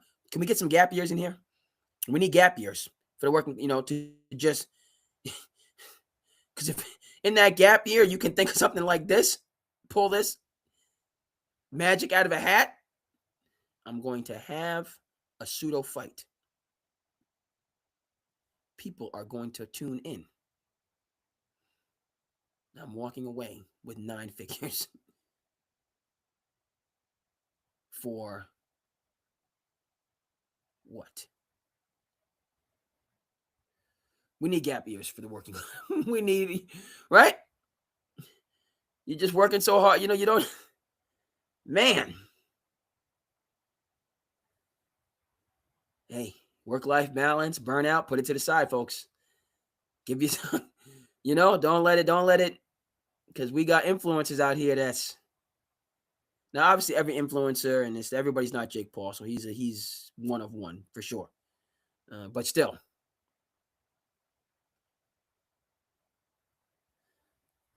Wild. So congratulations to this team. The teamwork make the dream work. Team Joshua and Paul. If there's an IPO I can put some money in, got to do it. Because their Q ratings are through the roof. Through the roof. Can't be mad at them. All right. Folks, let's see where we're going to go. We do have, we're going to do some things for the culture. I want to address, we want to play the hits though. Shout out to Ben Maller. We play the hits, right? We got to talk about the NFL. And we got to talk about a man who done been slept on, right? Man who's been slept on and finally came to the conclusion that y'all going to learn, man. This man's been slept on, and finally he said you're going to learn. I'm talking about my man, Sammy Darnold.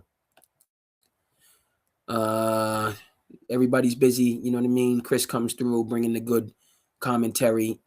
Chris is, you know what I mean?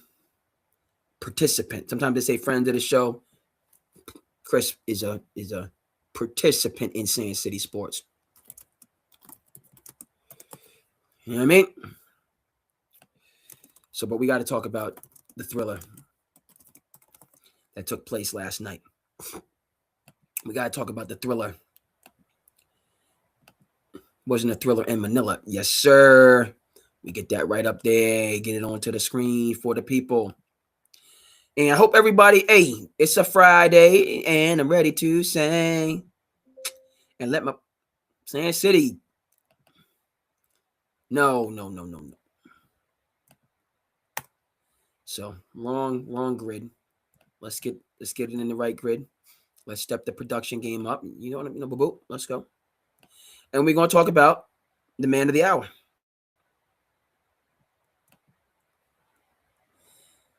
We're talking about the man of the hour. Shout out to The Wire. Shout out to season 3. Went into that meeting, with Rawls and The man of the hour. That's Sam Darnold, folks. And them Seahawks in a big win against another Super Bowl contender. In overtime. Now, right? You know, if it's some butts of candy and nuts and this happened, that happened, he didn't have a good first half, all this, that, and the third. Gotcha. You can speak all that, speak that you want. Here's what I'm saying. Never underestimate what disrespect can do to somebody. At the time, we don't always appreciate it or realize it. But when somebody disrespects you, think little of you, take you for granted, undercut you, talk bad about you, dismiss you, whatever the case may be. Those are the highest blessings sometimes. Not all the time. Not that you need to be just taking disrespect from people, but right, that no, that family friendly, heck no, that get up out of here, no. Worth its weight in gold, folks. All right. Minnesota had a movement going on last year. With this man at the helm, where are they at now? One bad game, and we're gonna go to the kid. How's that working out for them? How many years did Aaron Rodgers have for his apprenticeship? How many years did Jordan Love have for his apprenticeship? 2-3 years, folks. Okay. Whatever anybody wants to say about my homeboy, and he's a little bit different, but he had that 1 year. Get this clipboard. TB12 method, get this clipboard and fall back. All right, and learn your lessons. Okay, Minnesota could have done that. No reason why they didn't do that. I'm not sure what the rush was. Is J.J. McCarthy now on a Mahomes trajectory? Is he on a Brady trajectory? I did not. Right, Michigan's about toting the rock and knocking you out. Michigan's about 3 yards in a cloud of dust. They're not quarterback you. They're game manager you. So what are we doing? Okay. He's a good quarterback. He's a game manager on a winning team that finally got over the top at long last and got their natty. All of a sudden, he's the heir apparent. All of a sudden, this is a Drew Brees to Phillip Rivers type of situation. And Sam Darnold, who did everything to get you 15-2. Yes, clunker. They happen. It's football. Any given Sunday. Your window is your window. That day. That's it. Dan Marino got to the Super Bowl second year. Adios. Never again. Okay? It's the NFL. You know what I mean? Dante Culpepper, those Vikings team with Randy Moss and Randall Cunningham, and right? Minnesota had some teams some years. They didn't get done in that year. Never heard from again. Football does not care. It does not play. You give up a Super Bowl, you give back a Super Bowl, i.e. the Seahawks, i.e. the Falcons. You're done. You're not getting back. The Bills, the Four Falls of Buffalo. Sorry. Football don't play.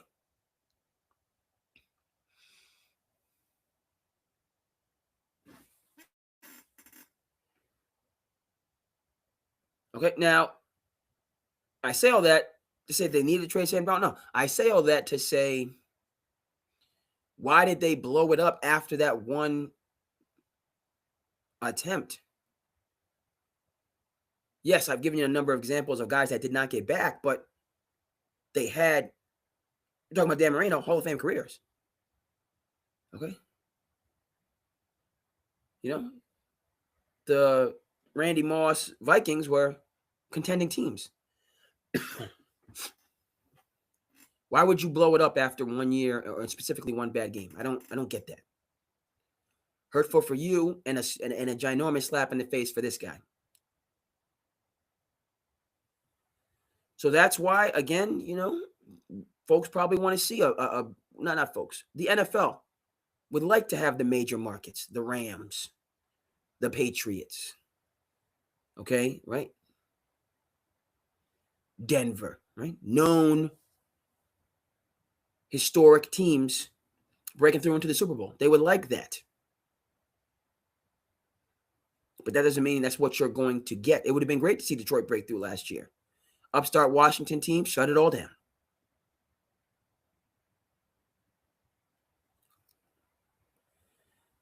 Sam Darnold, man, this Seahawks team,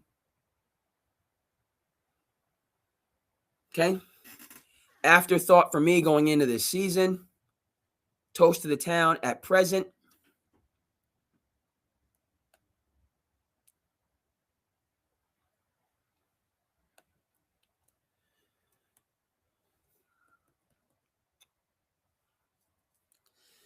All right, game ahead of the Rams now. 2 ahead of the Eagles. With 2 to go. In terms of that, also valuable home field advantage. Got the Panthers, who are in the mix, and then have the Niners also in the mix. So playing 2 playoff level teams to close it out.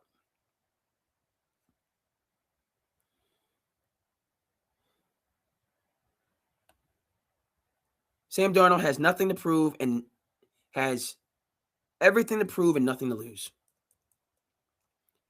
House money. Oh, that's how you doing this? That's how you feel about your boy? We're going to see. We're going to see about it. All right, let's take a look at this NFC, which is, man. Okay, Bears and Packers. Shout out to it's what it should be. It's a sprint to the finish. Right? Eagles got some distance. With 3 games left. Just got to win the division. Battle between the Bears and the Packers. Lions still in the hunt. Tampa Bay giving away that game to ATL. All right. Second straight loss for them. They're in a dead sprint with Carolina. So that's a must-win game for both teams. Seattle and Carolina, we'll see. Seattle can make the playoffs without that win. Carolina cannot.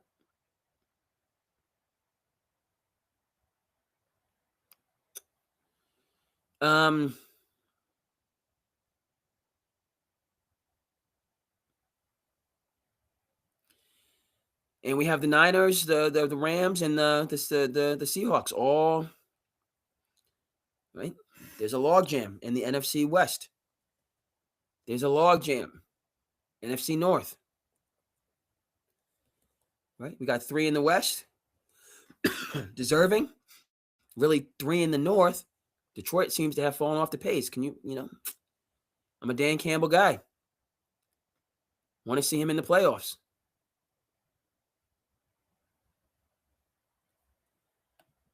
Crying shame if they miss. Crying shame to see the Lions, their window creak closed. Crying shame. But that's the way it's looking. All right, but if it's in butts with candy and nuts, we'd all have a Merry Christmas. Right? They don't have pole position, no. But these teams, the Lions, right? Really the Lions in the NFC. Cowboys, I'm sorry, but they're the Cowboys. So, Niners, Rams. Niners got 3 left. Rams got 2. Right. Lions 1 game off the pace. Panthers and Bucks in a sprint. In a sprint. But don't underestimate the disrespect. Don't. All right? And when you come across it in your life, hey, take a step back, distance. Right? When I was younger, when we were younger, we want to go towards the disrespect. We want to right the wrong in the moment.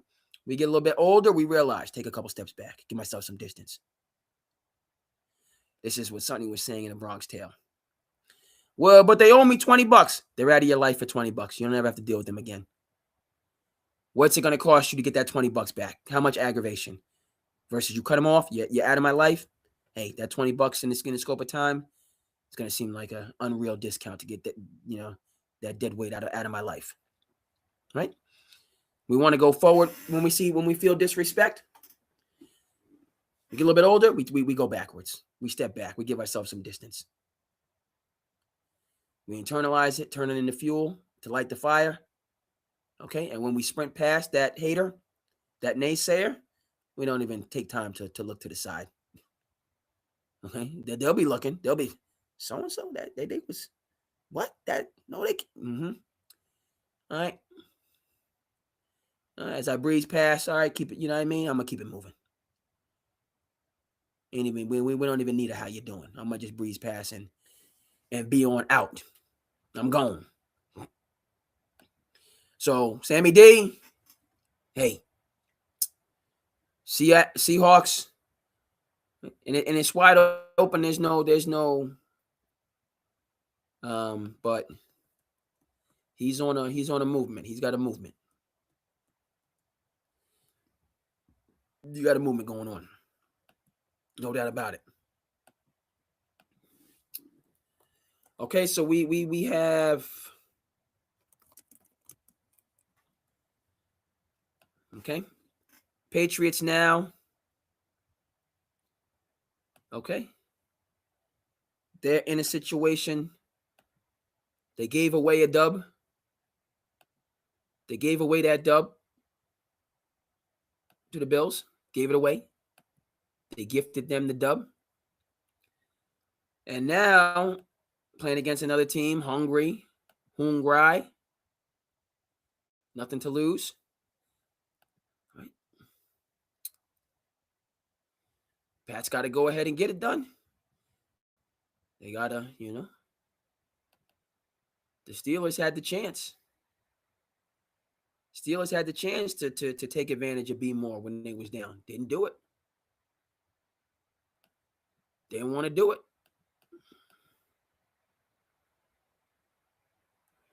Didn't want to do it. All right. So now the Patriots, this Baltimore team is dangerous. They dangerous. And why are they dangerous? Pats fans out there, you might remember. I know I do. Okay. Patriots had a quarterback. Here's a story of a man named Brady who had, remember that? When back in the good old days, had that Brady as a quarterback. Had a home game against an upstart Miami Dolphins team with a newer coach and a familiar face, coach by the name of Brian Flores. Patriots needed to win that game to secure home field in a first round bye. What happened? Took that L. Yeah, that was the AB year.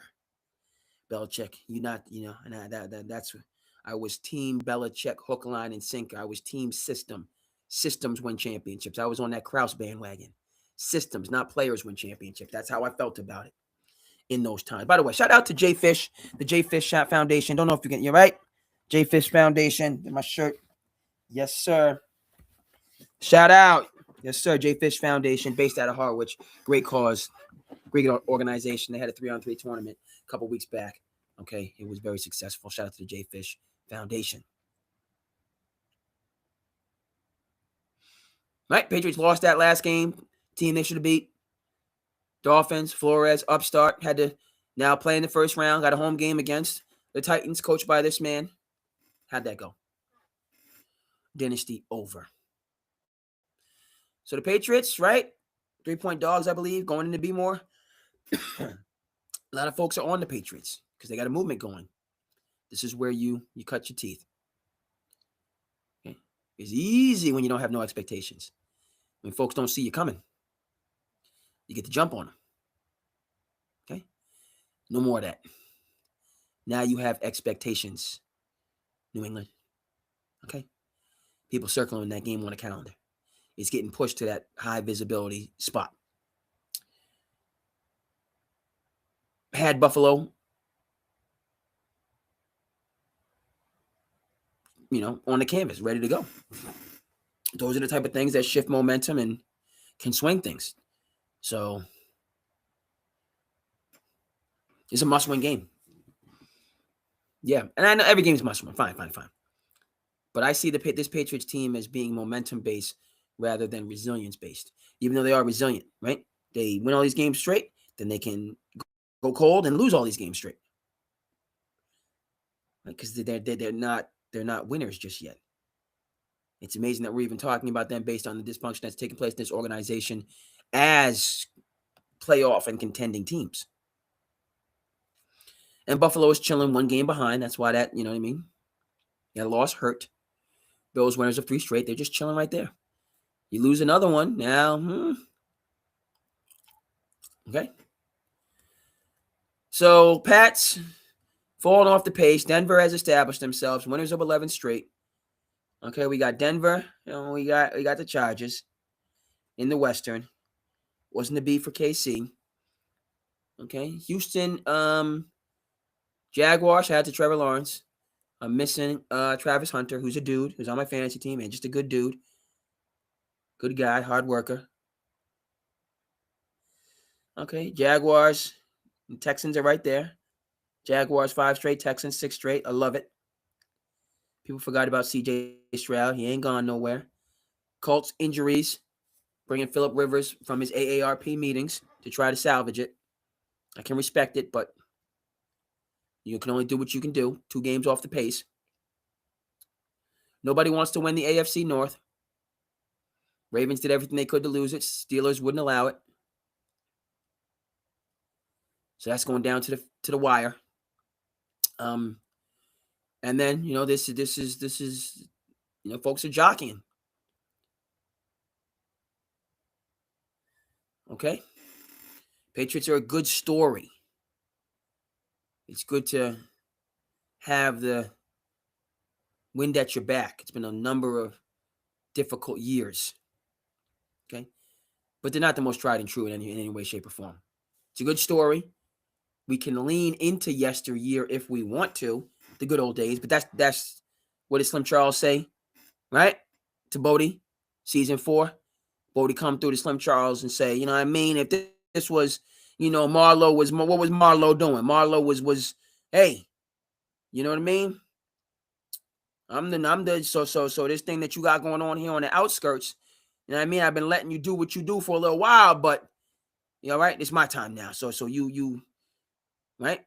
And then, so Bodie went to his people and said, we got to stand tall on this. What did Slim Charles tell him? He said, that's the thing about them old days. They the old days. Them old days is them old days. That's what they are. This is not then. That's a 10, not a 12. They got the right man for the job. I always go back to Gerard Mayo. He's an NFL head coach. He deserves another opportunity. Okay? But Mike Vrabel, more experience. And, Mike Vrabel is elite level coach. Nothing against Gerard Mayo. He's been that guy eye test since he started coaching. Year 1. What did he do? Tom Brady, goodbye. Lamar Jackson, goodbye. That's year 1 of him coaching. Goodbye. Both of you, out of here.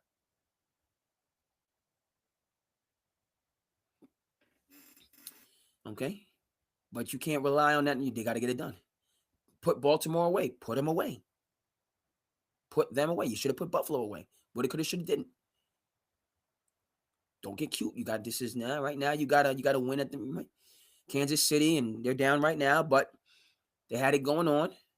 Won the Super Bowl. They got some help on some nonsensical calls, pass interference, absolutely bogus in the Super Bowl, ridiculous. But they won 15-1. They got the home field advantage. When they had to go on the road, they went on the road when Baltimore should have handled them. And no, thank you. Baltimore, Lamar, go home. All right.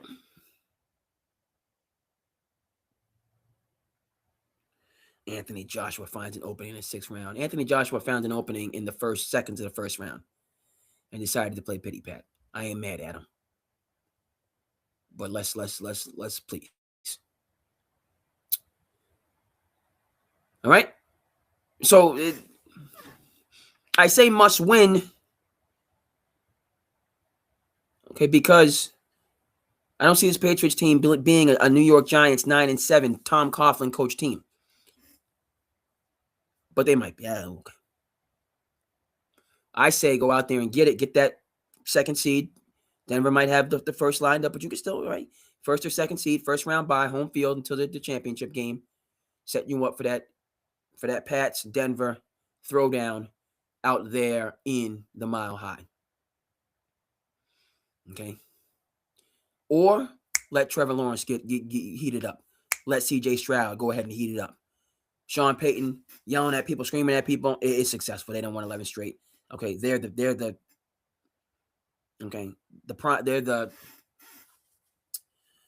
that's not what I'm saying. They are the preeminent team. That's not what I really want to. The pride of the AFC. That's not right. That's not how I want. They're the preeminent team in the AFC. It's Denver. Okay, but Patriots stay on their hip. Right, if you're a runner, right, don't let them get some distance. Stay on that hip and run with them. You might be running at a little bit higher pace, okay, but keep them in striking distance. Stay in striking distance is what I've got to say on that.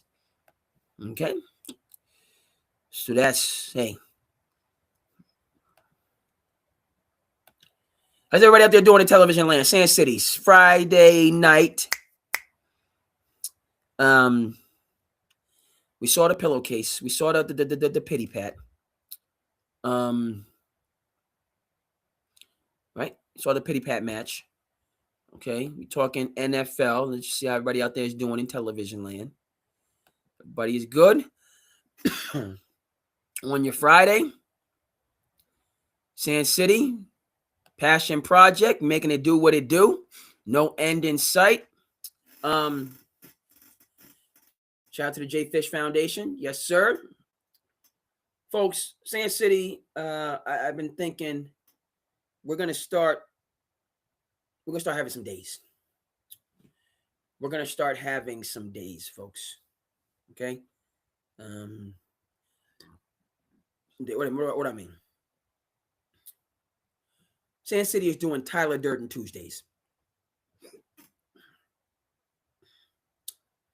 We're doing Tyler Durden Tuesdays, folks. That's what we're doing. Tyler Durden Tuesdays. Right? People are always asking me if I know Tyler Durden. Shout out to Fight Club. Okay. Shout out to the director of Fight Club. His name escapes me. He did Seven. He did The Social Network. Who's the director of Fight Club? Oh, I should know this. He did Boss. Can't believe I forgot the name.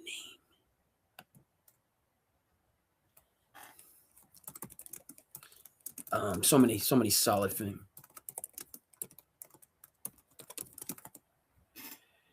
David Fincher. Yes, sir. David Fincher. Seven, Fight Club. The Social Network. Boss, which was a Star series starring Kelsey Grammer, only did 2 seasons, but it was out of this world. He was a director on that. David Fincher. He's just out of this world. So we're doing, folks, Tyler Durden Tuesdays. Why? Why are we doing Tyler Durden Tuesdays? So my layout is correct. Hold on. We gotta, right? We're doing Tyler Durden Tuesdays because there's wisdom there that we need to come up into. Hold up. We're doing Tyler Durden Tuesdays because we got the wisdom that we gotta come up into.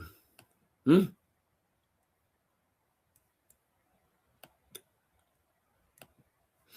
got Fight Club fans out there.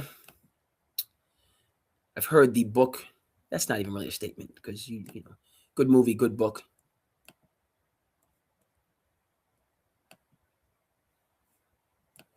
So we got Tuesdays. Gonna be Tyler Durden Tuesdays, right? We got to go up there and hey, man, it's for the working class heroes out there, the ones that's just grinding day to day, and you got to find that. You see, he got a wink in his eye. He got the eye of the tiger, right? Can we maintain that eye of the tiger during the day-to-day grind, during the responsibilities and the commitments, and do we still have the passion, the thing that made us want to start out in the first place? Can we still recapture that on a day-to-day basis? We need to. We have to. We can't fall off, cheat ourselves, not treat ourselves, right? That's why we're doing Tyler Durden Tuesdays, folks. Okay? We're doing Tyler Durden Tuesdays, and I'm going to bring this up in a second. We're doing Tyler Durden Tuesdays because we need the knowledge, we need the understanding, we need, what am I saying here? Let me tell you what I'm saying. An entire generation pumping gas, waiting tables, slaves with white collars. Advertising has us chasing cars and clothes, working jobs we hate. Not that you hate your job. Not saying that. You might have a get-to job, okay? Not saying you're right, but working jobs we hate so we can buy stuff we don't need. We're the middle children of history, man. No great war. Hold on, I missed an important line. My bad. We're the middle children of history, man. Important line. No purpose or place. We have no great war, no great depression. Our great war is a spiritual war. Our great depression is our lives. We've all been raised on television to believe that one day we'd be millionaires and movie gods and rock stars, but we won't. And we're slowly learning that fact. And we're very, very pissed off. For me, and this is something that comes to, it's that middle paragraph that really resonates with me. We're the middle children of history, man. No purpose, no place. No great war, no great depression. Our great war is a spiritual war. Our great depression is our lives. Okay? Not that everybody's going through something to that magnitude, but I do think that's a part of the day-to-day grind. I do think we are on that roller coaster on a day-to-day basis. Right? Okay? We're going to have Tyler Durden Tuesdays. We're also going to have Herbie Derby Wednesdays. Herbie Derby Wednesdays. Told you about my grandfather, who we're going to get up on the screen in a second. World War II veteran. Lived to 99 years old. Had him in my life for the entirety of my life. He passed away last November. Okay, talking about blessings on blessings. Okay? But Herbie Derby is a member of the greatest generation, the World War II generation. Okay? Generation after him, the Vietnam generation. Right? Also, us 80s babies, we grew up, didn't know what the heck was going on with the Cold War. But the Cold War was a hot war in the 80s. Okay? But the Cold War ends, 89, internet age. Right? And so we and certainly, obviously, there's been wars in the Middle East, and not that everything is peaches and cream. That's what I'm saying. Okay. What I'm talking about is Going Beyond the Rat Race, which is a good book. I recommended in college. That's what I'm talking about. Okay, that work-life balance. You're working. For what? Yes, you're paying bills. Do we ever get ahead? Can we get ahead? It's always going to be something. Talk about exennials and millennials and inflation. I'm not going to go too deep into the economics. Cost of this, cost of that. Every generation has their challenges. We've got different types of challenges, though, because we have seemingly material things, and for the most part, peacetime. Obviously, there's always going to be conflicts in the world, but not on a global scale. Fortunately, fingers crossed.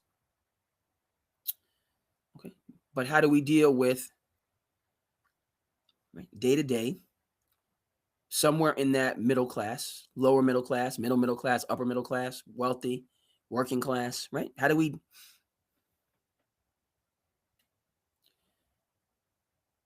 just keep getting through while not allowing the spark to go out?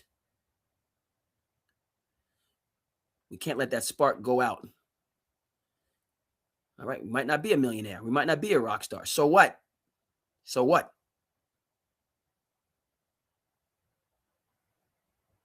We've got goals. We've got ambitions. Yes, we still have dreams that are challenging that we can be going after. So that we're not the middle children. We don't feel a sense of not having purpose or place.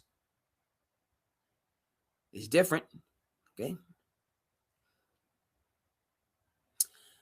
In school, they had a school concert today, and an older gentleman had a Vietnam War hat on.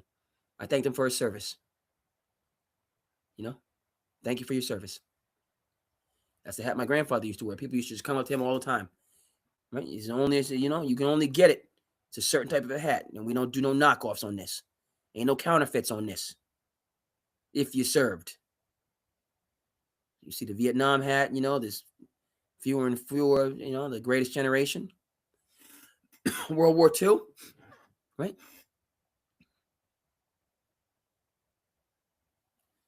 But these global and transcendent conflicts that define generations.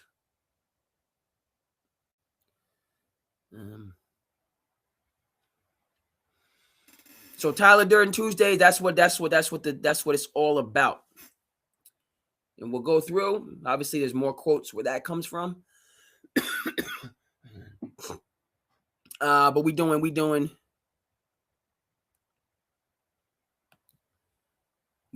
Tyler Durden Tuesdays. So come on, get involved.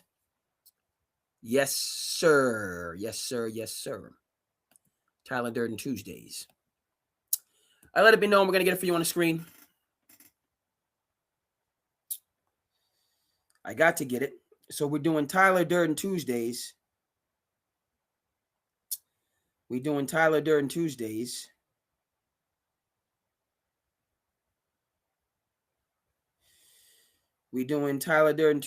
I got to get it. Hold on. And we also doing Herbie Derby Wednesdays.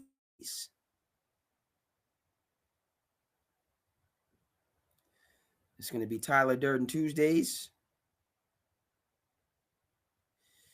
And I apologize. Not really.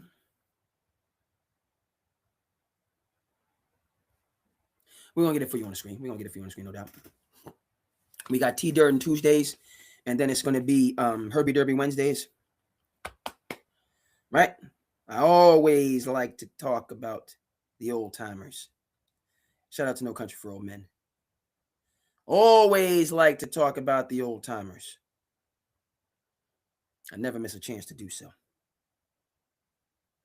You can't help but compare yourself against the old timers. There's this boy I sent to the electric chair a while back. My arrest and my testimony. He killed a 13-year-old girl. Papers said it was a crime of passion. But he told me there wasn't no passion to it. Told me he'd been planning to kill somebody for as long as I can remember. They said that we'd have cut him loose, he'd have do it again. We cut him loose, he gonna do it again. Said he knew we were going to hell. Be here in about 15 minutes. Said, I don't know what to make of that. And I surely don't. A lot of the crime you see now is hard to even take its measure. It's not that I'm afraid of it. Oh, we knew you have to be willing to even do this job. But I don't want to push my chips forward and go out against something I don't understand. A man would have to put his soul into hazard. He'd have to say, okay, I'll be part of this world. Shout out to No Country for Old Men. We doing Herbie Derby Wednesdays on Sand City, folks. Herbie Derby. That's Herbie Derby right there. Told you about him. As he's going off into his service. That Herbie Derby right there. You understand? That's the greatest generation, folks. As he's going off into service. Born in 1925 in the rural South. Okay? We're the middle children of history, man. No Great War, no Great Depression. Oh, Herbie Derby lived through both. The Great Depression and the Great War. And served with honor. Okay?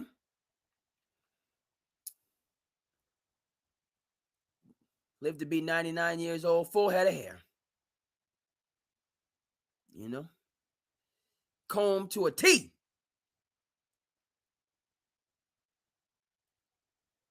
So we miss Herbie Derby a lot. You know, folks, right? Holidays sometimes that bring that back, right? We're missing people, and that's okay, that's normal, that's natural, right? Supposed to remember your greats, the people that you had in your life during the holidays. The holidays is all about those good years that you had. Many good years. Too many to count. Good years.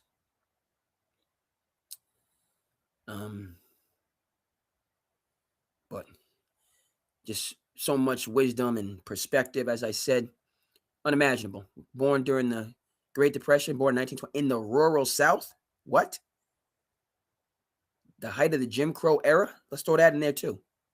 We got a Great Depression going into the Great War, going into Jim Crow. Okay? We're not talking about, we're not talking about you can't come to our party or you can't see our daughter. Okay? We're talking about people losing their lives for being who they are, nothing else. We're talking about people being thrown in jail on suspicion of crimes they didn't commit. Okay? Whole town coming out, taking them out of jail and lynching them. Nobody ever held accountable for anything. On suspicion. You didn't even do nothing. We just look at you and see you might be successful. We can't have it. We got to brutalize that. Okay? Yes, that's the Jim Crow. I know we've made progress and we still have a ways to go, but in the world that I've lived in my entire life, not being so young anymore, and I've been outspoken, as you can see, and strident, but people might have been angry with me, but they didn't form a lynch mob. They might have wanted to. They were so mad. They might have wanted to. You know? But they had to say, we can't do that no more. We can't get away with that no more.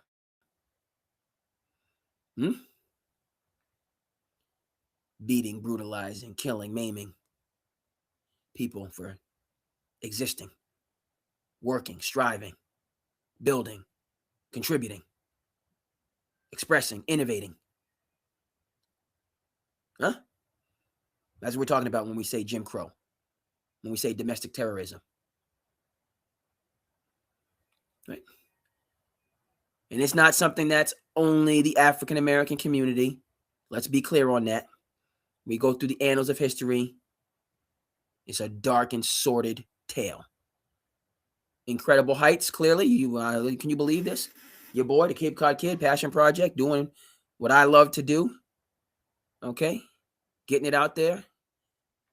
All right, might only have a handful of people. It is what it is. I'm thrilled to be. I'm happy to be here, folks. Should have been in the drama club in high school. Should have humbled myself and paced myself and learned an instrument and learned production. No, I wanted to go to the NBA and was frustrated and angry and wanted to be disillusioned. So I never got this training then. Wish I did. Now, years and decades later, I got stories to tell. I got something. I have to express something. I want to express something. How do I do it? Podcast. Where do I start? I don't know. Cape Cod Media Center. Shout out to Cape Cod Media Center. Starting from scratch, taking the classes, learning about pre-production, learning about post-production, learning about production, editing, effects, jump cut, fade, all this stuff. Didn't know any of that. So I've been on this road for, but, dear friend said I didn't know what to think and started off, I used to film it on my phone, then cut it up from the phone to put together the episode. In the early days, he said a filmmaker is somebody who makes films. That's what a filmmaker is. Person who makes films. And I put myself in the category of filmmakers. Put myself in the category of somebody that has something to say. And I'm thrilled that I can even do it. And would encourage others that have something to say to go out there and get it yourself. Right? Point of fact is, Herbie Derby, that was treasonous in his time. Having something to say. Having something to contribute. That was treasonous. All right? Punishable by anything up to and including death. Ain't going morbid on you folks. Just telling it like it was. All right? Ken Burns, one of my heroes. History isn't was, history is. So Herbie Derby is alive and well today through the lives that he touched and the people that he inspired. So we're doing Herbie Derby Wednesdays. We're gonna lift Herbie Derby up, and certainly, folks, you're welcome to come on in. I'm sure you have people in your life, parents, grandparents, great aunts, uncles, right, that encouraged you. He used to call me Champ. How you doing, Champ? He said, how you doing, Champ? I teach elementary school now, and that's when I was that age. They gave you so much confidence, you felt you could, right? Butterfly in the sky. I'm a Reading Rainbow kid. I can fly twice as high. Take a look in a book. Reading Rainbow. Shout out to LeVar Burton. Reading Rainbow.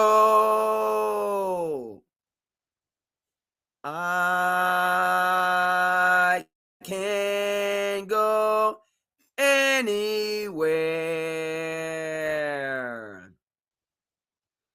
I can do anything.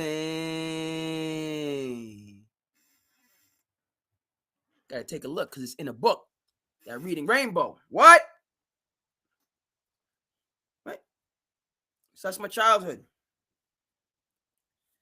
My formative years. And it's good. It's good to see it, because I've worked mostly at the intermediate and high school level, but I've done some years at the elementary level as well. And so it's education is education. And sometimes people say, oh, well, they're young, so there's not as much management, classroom management. That's true, because they're young and they're smaller. But you got to set that foundation, right? You got to set that foundation. That's the critical part about elementary education. Okay, they got to get that early literacy, right? Socialization.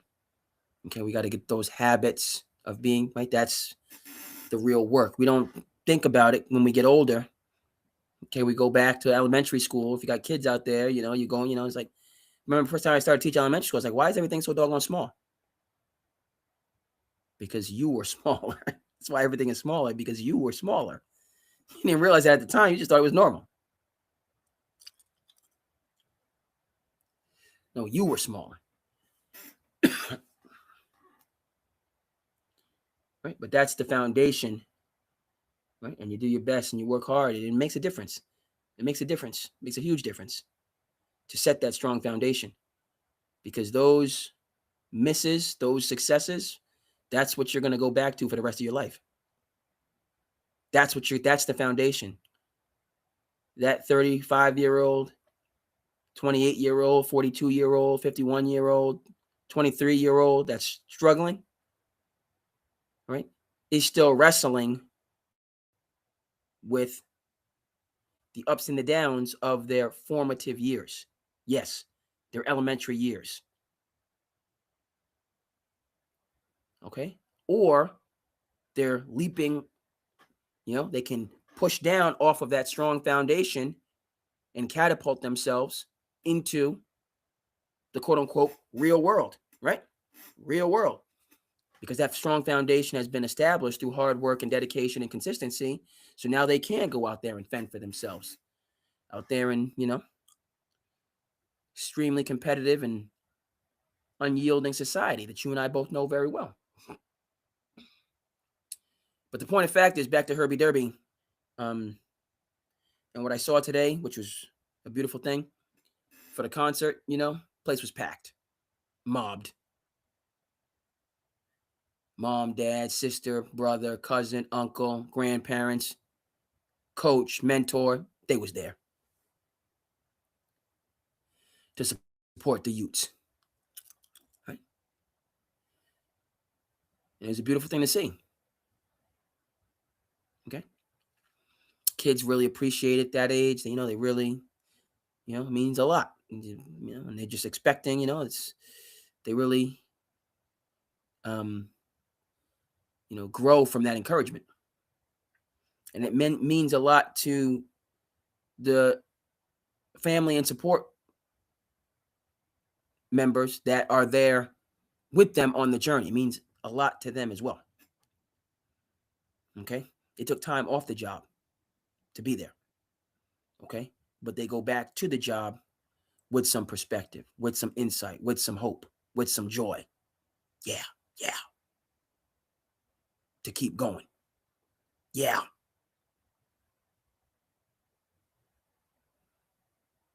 So it's just they're not talking back to you and calling you out your name and storming out just yet in elementary school. Some of the fifth graders are getting close. Right. But they're working really hard to figure these basic things out. Working really hard. Figure these basic things out. Reading, writing, math, and socialization. Okay. Socialization is funny.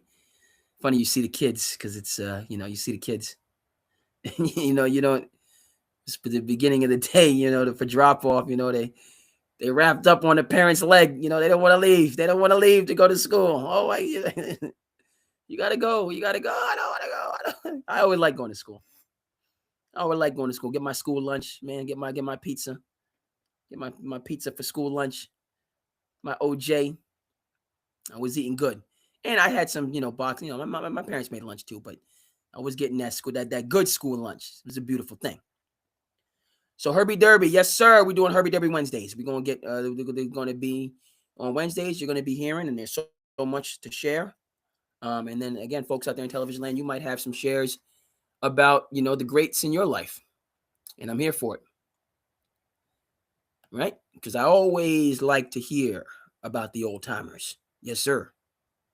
Yes, sir. I'll never miss a chance to do so.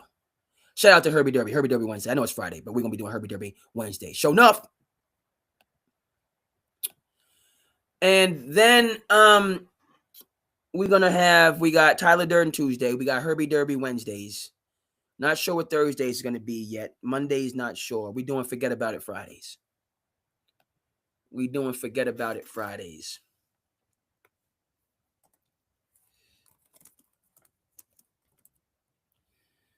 We're going to do Forget About It Fridays.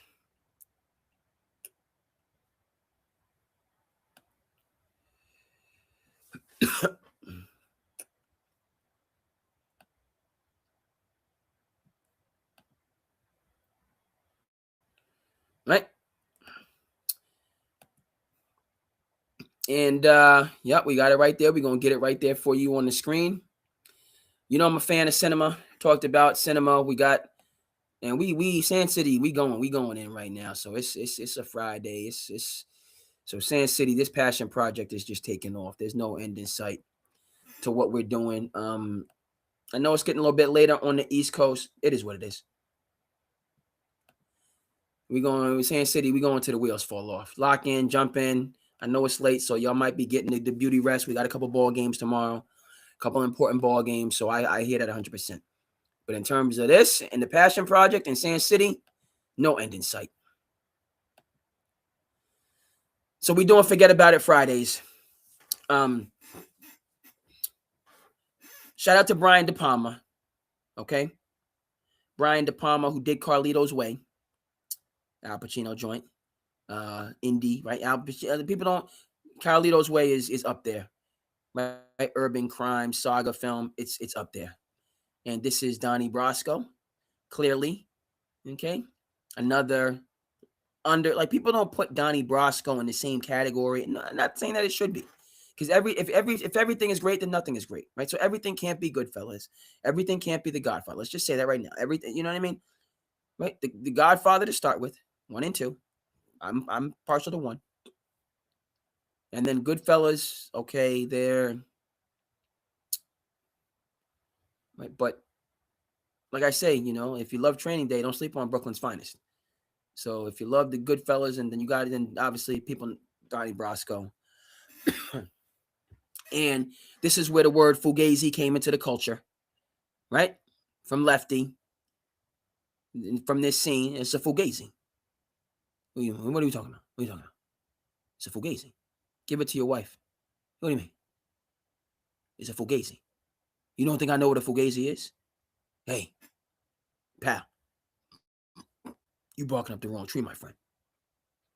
Anybody asks anybody about Lefty from Mulberry Street. Anybody ask about Lefty from Mulberry Street. So,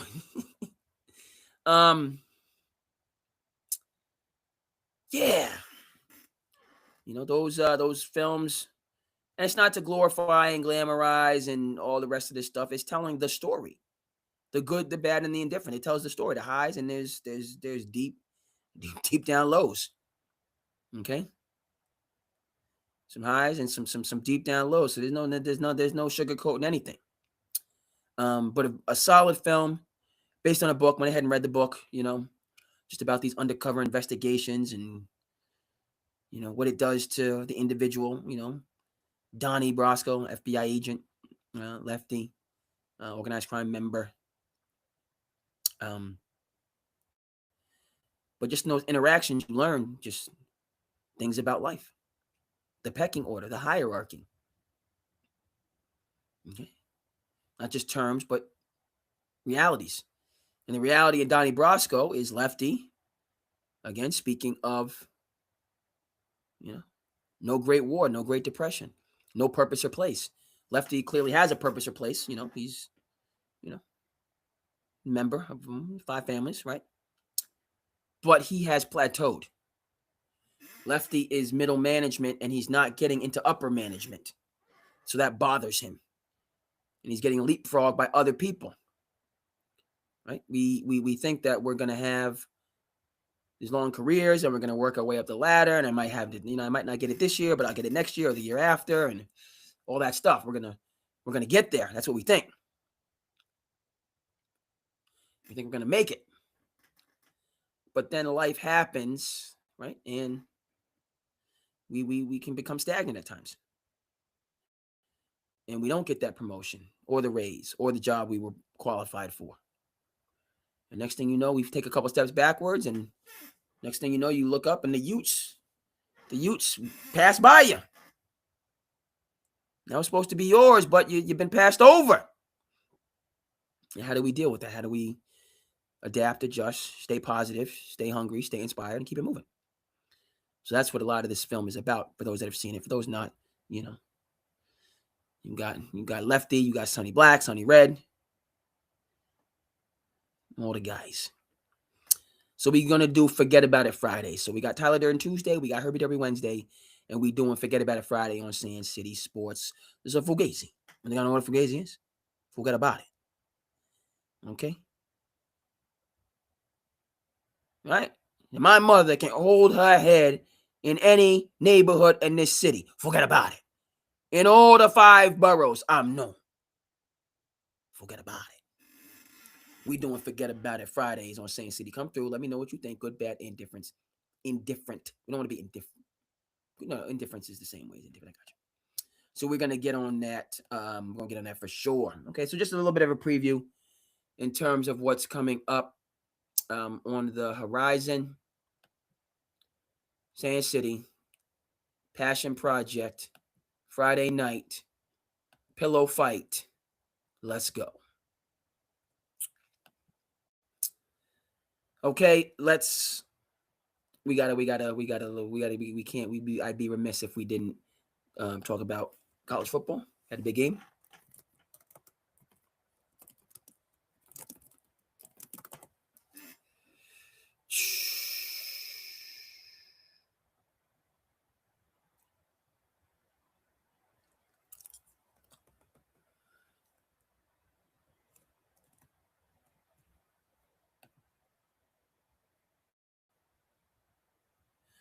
Okay.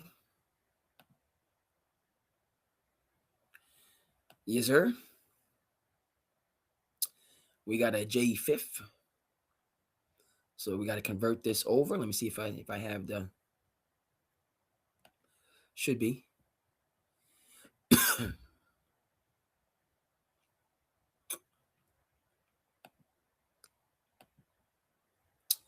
It'll just be 1 second. We got to talk about college football, and when we talk about college football, you know who we're going to discuss. We discussing that man. Google me. It's very simple. Google me. I win, baby. We discussing Cignetti.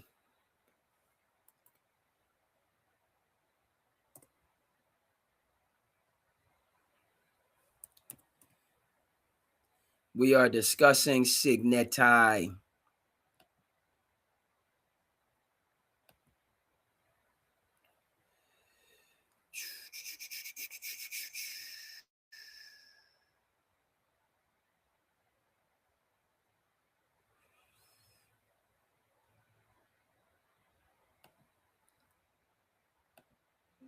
Hold on.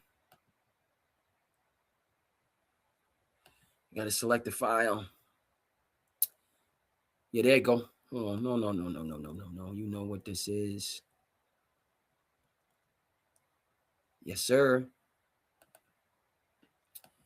Now we got to move it over. Let's bring it up. Let's get it up there for the people on the screen. Okay, we got it. We got it what we needed. Let's come on back.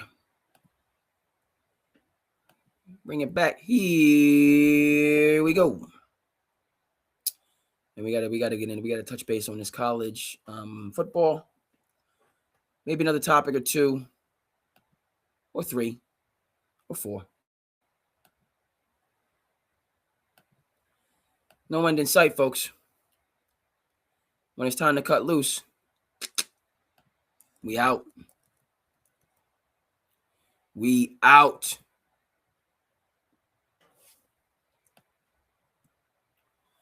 So let's take a look at this marquee matchup that we have. Bama. Time I say Bama, I get a Phi Slamma Jamma reference or reminder.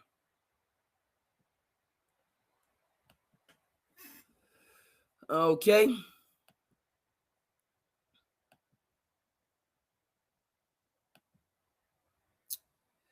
We doing Bama. Shout out to Five Slammer Jammer.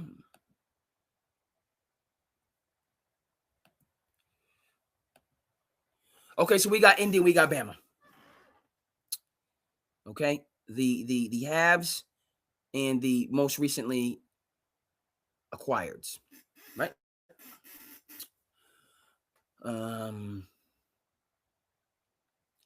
So playtime is over for Indiana. It's a great story. Cignetti is that guy. He's built him up out of nowhere. Culture, confidence, the whole 9 yards. Gotcha. I got all of that in spades. Are you a one-hit wonder? Are you about that life?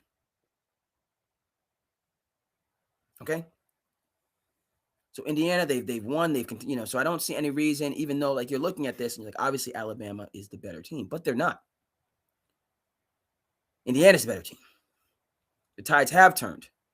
It's worth mentioning that Cignetti is a Nick Saban guy, Nick Saban dude. Okay, lifer coach. And Kellen DeBoer is no slouch. He knows his business, so on and forth. Okay, but this is two ships passing in the night. Kellen DeBoer loses this game. People in Bama are upset, but this hasn't been, and we haven't seen, frankly, since Kellen DeBoer's been there, your traditional dominant Bama teams. Meaning they start number one, they stay number one, they run the tables. Haven't seen that. They win a couple big games, they lose a couple big games. They've been inconsistent since he's been there. They make the college football tournament, but they're not, they've lost some luster. He hasn't had the Kirby Smart dominant years, like when Georgia was undefeated and lost the SEC championship game, and then they bounced them from the BCS, which was nonsense. Then it was time to expand, which long overdue. But those haven't been your Alabama teams. Obviously, they're super talented. They have the resources, which is interestingly enough, that Bama, outspends other places that have greater resources than them. But they're willing to spend it. They spend it. All right, that is what it is. What it is. But they have not been a preeminent team in college sports. Excuse me, in college football. In college sports, you could say because Nate Oates got the basketball going, which is recent. They haven't been a basketball school before Nate got there. Avery Johnson tried his best. He maybe started, laying the groundwork. Appreciate the people that's tuned in on Twitter. Jump in the comments. Let me know what you think. Folks on Facebook, folks on IG, appreciate you all for being here. Okay? So I got Indiana, man. Go put it on them, man. Win by double digits. Put some respect on your name. Or have we forgotten what happened last year when Ohio State went to Michigan? Ohio State went to Michigan. That's what I'm talking about. When Ohio State went to Oregon, who had beaten them down earlier in the year. And what did Ohio State do? Okay, we've forgotten. Now, Ohio State was an 8th seed last year. That ran the tables. Okay, last year was supposed to be Oregon's year. Somehow that's been lost in the sauce. I don't know how. How has it been lost? It was their year. What happened? Ohio State happened. Came through in your house, okay, and put a beat down on you. Because they had the hot hand. They had the morale. They had it cooking. Right? We can say, are these bye weeks? Are they good, bad? I don't know. I know that game wasn't competitive. And Ohio State got hot, stayed hot, and won the championship. So, back to Indiana. All right? You got to do it. You got Cignetti, who wins. He's well aware of this. Okay? Cignetti is a thinker. Okay? He's a thinker. That's how you turn Indiana into the number one college football team in the nation, something that hasn't happened in 80 years, since 1945.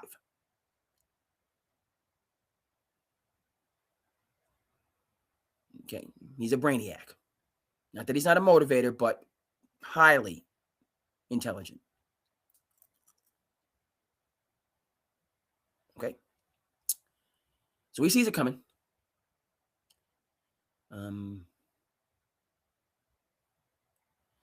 We shall see. I got Indy by double digits. I want this movement to continue. I had Detroit last year by double digits against Washington. All right, there were some tears that were cried. All right. For Argentina, for whoever. Don't cry for me, Argentina. Hurt my heart, Detroit. Had they lost that game, and I wanted it for Detroit Rock City that's been through it, going through it. Shout out to Flint. Check out Flint Town on Netflix. Check out Flint Town. I know Detroit and Flint are two different cities. I got you, but it's post-industrial America. Post-industrial America. This AI taking over and data processing centers, and got a clip of. I saw it on the social media. Elon was throwing it out. Elon with his $600 billion, talking about they got the robots dancing in China. The robots doing the bitty boo. You know what I mean? They're getting jiggy with. I don't know what they was doing, but they was out there coordinated and everything else, right? So we go from post-industrialization, meaning the brick and mortar jobs, the vocational jobs, thinning out, being outsourced overseas, and now this automation, artificial intelligence. Okay.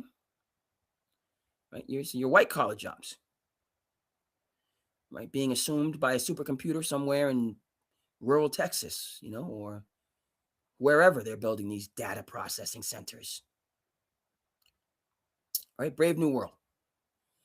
Okay. But back to the point about data analytics, all the rest of that stuff. Everybody's got a plan until they get punched in the mouth. I'm picking Indiana, win by double digits, continue to put respect on their name, keep this thing rolling. I say that cautiously.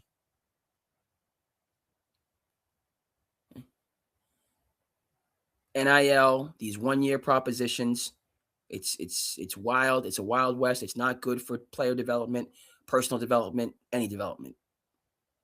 It's not, period. The system, guys go for it, but it's not helping development. Crisscrossing, jumping here, jumping there, every year, starting fresh. No. But the point is, right, it's lightning in a bottle. We just have to get the more talented people to like each other for a short period of time. That's all we have to do.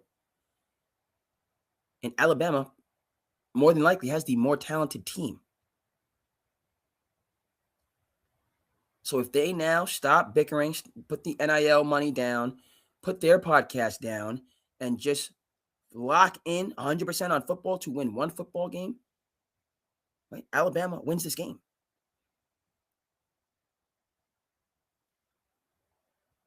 More talented, no question about it. Tougher schedule. Indiana's going to try to outmaneuver Alabama. But if Alabama does not allow themselves to be hoodwinked, okay, what do we got? This is why the college football playoff is fascinating.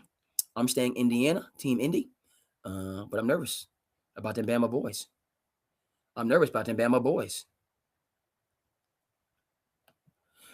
boys.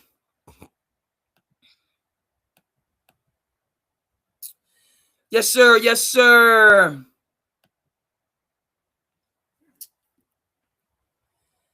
So we talked about the different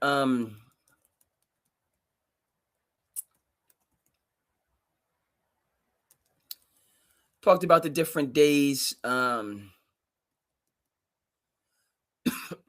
We might just say Throwback Thursday. Might just be a Throwback Thursday that we'll say. No, that's passe. I'm not doing Throwback Thursday. I refuse. That's cheese. We don't do cheese on Sand City. We trying to be creative and we're not doing cheese. So there's gonna be no Throwback Thursdays. All right. Tyler Durden Tuesdays, Herbie Derby Wednesdays. Forget about it Fridays. So forget about it Friday. We got Lefty up there. We got Fugazi up there. Okay, so we got that established. I'm not gonna dive because I got some movies, but I'm gonna dive into the movies the next episode when we get back to you. We're gonna go hook a lot because we got a lot. Okay, we got the Deer Hunter, we got Fences, we got Manchester by the Sea. We got a lot of award-winning films. Okay, to get to you. Glengarry, Glen Ross, Hoop Dream. So we got a lot. But we're gonna hold that till the next episode because it's been a long time, right? Shouldn't have left you. without a dope beat to step two to step. A chicken. Been a long time, right? All right, so let's get into our slice of life. Okay. Couple clips, slice of life.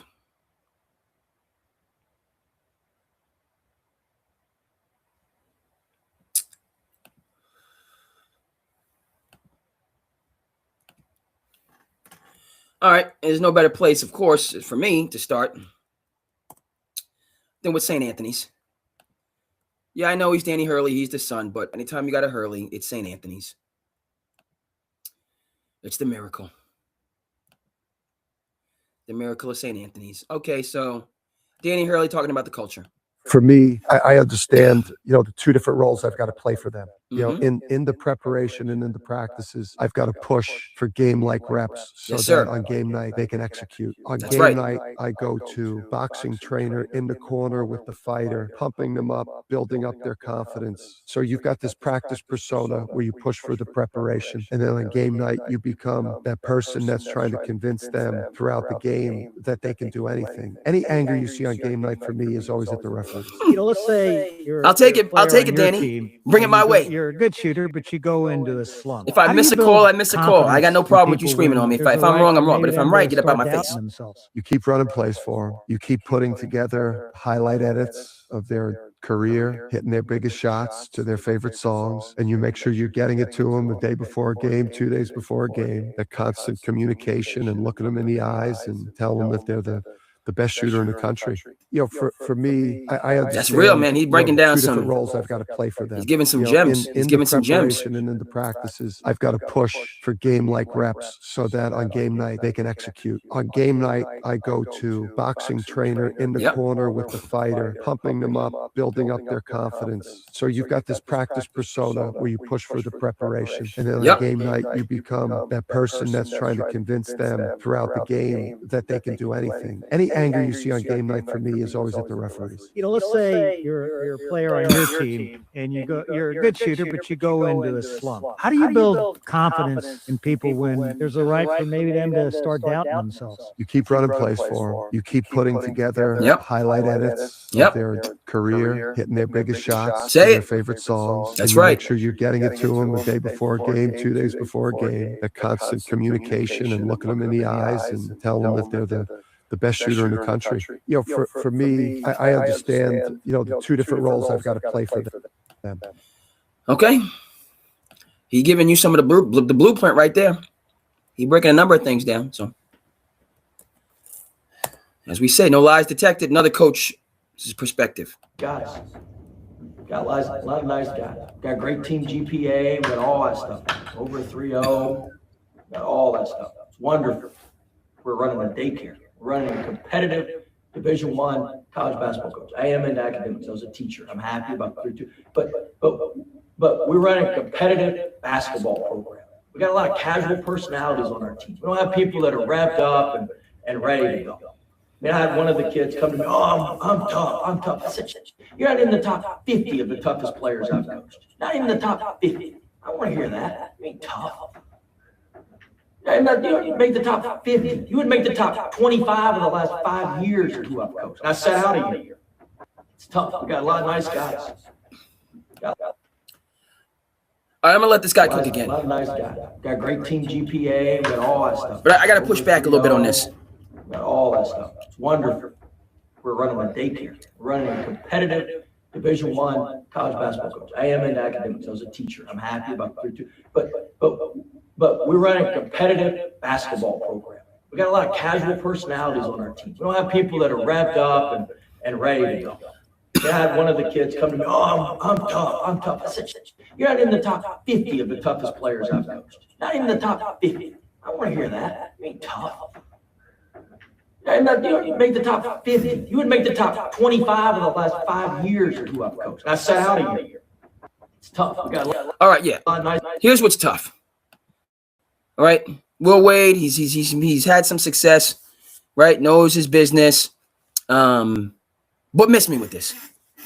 Miss me with this is where I'm at. Okay. First of all, the correlation between guys that have high GPAs and not being tough, Didn't we go through this with I Hate You, Christian Laettner? Or no. Right? Yeah, we did. Like, oh, Duke, silver spoon in their mouth. Bobby Hurley Jr. is from Jersey City. Christian Laettner is from Buffalo. Stop it. Judging books by their cover. Thought Bobby Hurley, until I read The Miracle, till I understood the miracle of St. Anthony, I thought Bobby Hurley was privileged my entire life. Okay? Should have got smacked in the face the first time that notion came into my mind. So preposterous. That's Jersey City right there. The bluest of the blue collar. Shout out to Roge. Shout out to the Miracle of St. Anthony's. Shout out to the Street Stops here. The Street Stops here. Check it out, a PBS special. Even though what happened with PBS, still the best television on television for adults or kids. PBS forever, all day.